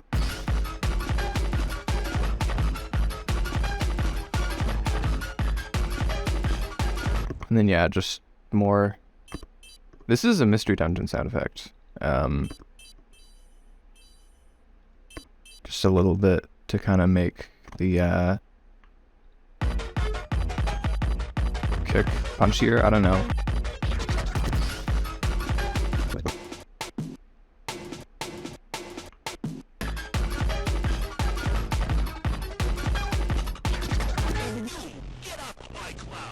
And then yeah, and on another Don't Worry sample.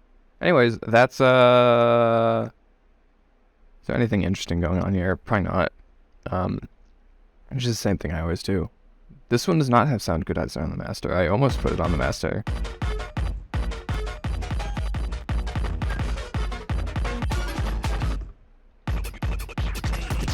But yeah, anyways, yeah, that's you know what they say.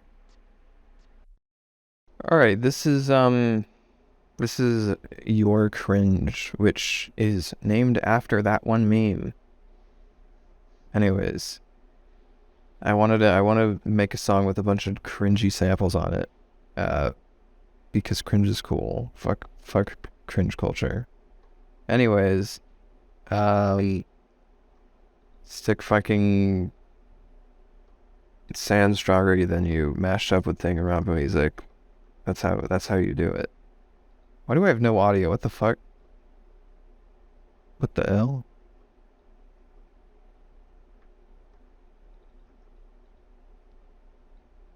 Why can't I hear anything?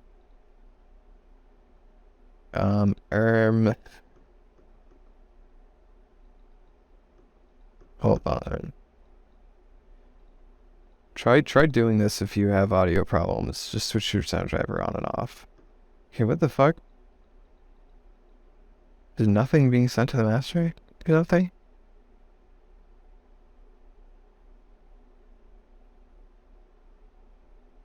Yeah, what the fuck? There's nothing? Okay, no, something should be. Hold on. What is going on here? I'm gonna leave this in, because troubleshooting FL is a good thing to know how to do.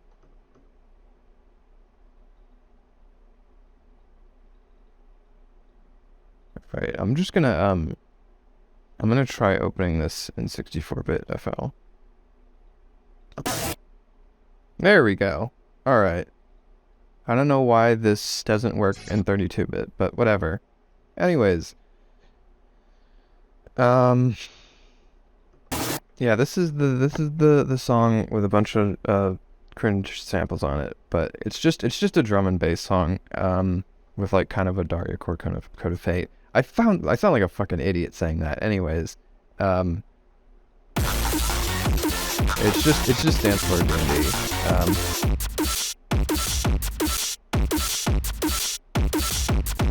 The kick snare thing.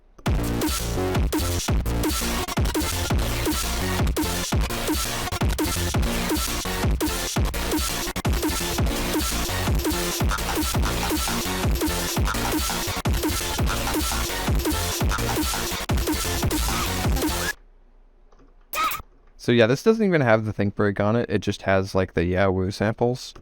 It's kind of because like the think break isn't like perfectly on beat. Most breaks aren't. You have to do like some chopping, and I was too lazy, so I just wanted to get the youre.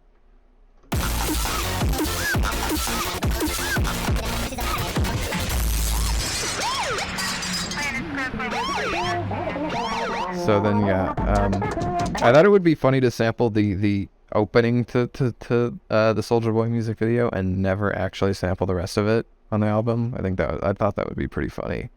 So that's what I did. I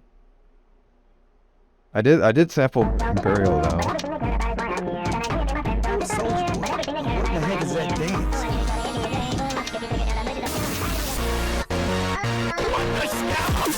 So yeah, an earlier version of this, I might show it just because it's interesting. An earlier version of this had a different second drop, but I didn't like how it sounded, so I just copied the first one again. Which, I don't know, I feel like it's more interesting with the second drop, even if the second drop sucks. It's a little lame to just have the same drop again, but that's just my opinion. Anyways, same stuff. Same super saw stuff. Anyways, and then at the very end here, I wanted to have a lead-in to the station, or another station, or whatever. I don't remember what I called it. I think I called it another station. But my flip of the 106.ever song with station in the title. So this is from a YouTube video. Yeah, you can look it up. It's called Daniel Lopatin Tells All, and that's 106's real name. And it's the video of him like giving an interview. It's just someone like doing a voiceover on top of the interview, saying, "Yeah, music fucking sucks now. I love I love old synthesizers. Check out my new album with The Weeknd," which is kind of funny. All modern music fucking sucks. Yeah. There's nothing worth listening to. It's all garbage. So yeah. Garbage. That shit you hear on the radio, it's not fucking worth your time.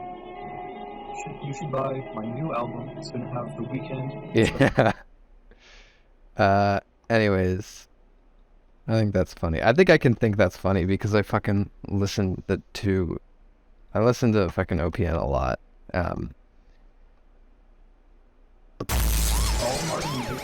And then yeah, this little bit, just throw it in there, kind of keep it going from the song, and you got it ended out with the car crash and siren. Anyways, that's the whole album. I'm pretty sure that's the whole album. That's everything I had in my folder. But yeah, I don't know how long I'm gonna keep this. I'm probably gonna just keep it up indefinitely. I don't have any plans to. I definitely won't private it. If I remove it, it'll just be unlisted. So just like save a link to it if you want to keep it around. But that would only happen if I had got the album like taken down somewhere, just out of like copyright shit, because that's stupid. Fuck copyright. That shit does not help artists. It's made up. Only helps the suits, man. But anyways, if you listen to Daria Core, you probably don't need me to tell you that. But anyways, I hope you enjoyed me fucking ramble and like just say the same shit about 20 songs over and over again. Yeah, if you want like one of these project files, I'll just give it to you. I don't care. I have like a folder somewhere on Google Drive. I've shared the link a couple times. That's just a folder to a bunch of my project files. And I think doing that shit is cool. I think having that shit open is cool because you wanna know how I learned fucking FL Studio fucking Sparta Remix bass project files got passed around everywhere. Everyone passed that shit around. And that's how I learned a lot of shit about music. I gotta thank that community. I gotta thank them. But yeah, anyways, if you enjoyed watching this for some reason, if you enjoyed watching this, I've got a new album coming out soonish. I'm waiting on the cover art for that, but that it should be out soon. I'm hoping. But yeah. Anyways, that's it. That's it. If you want project files, ask me. All right. Okay, I almost forgot to record the fucking alternate version of your cringe. So.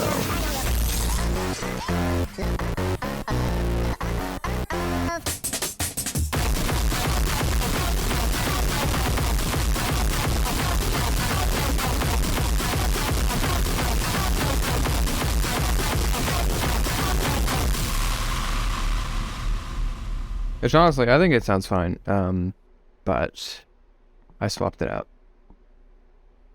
And there you go, there you have it. Remember to like and subscribe the video.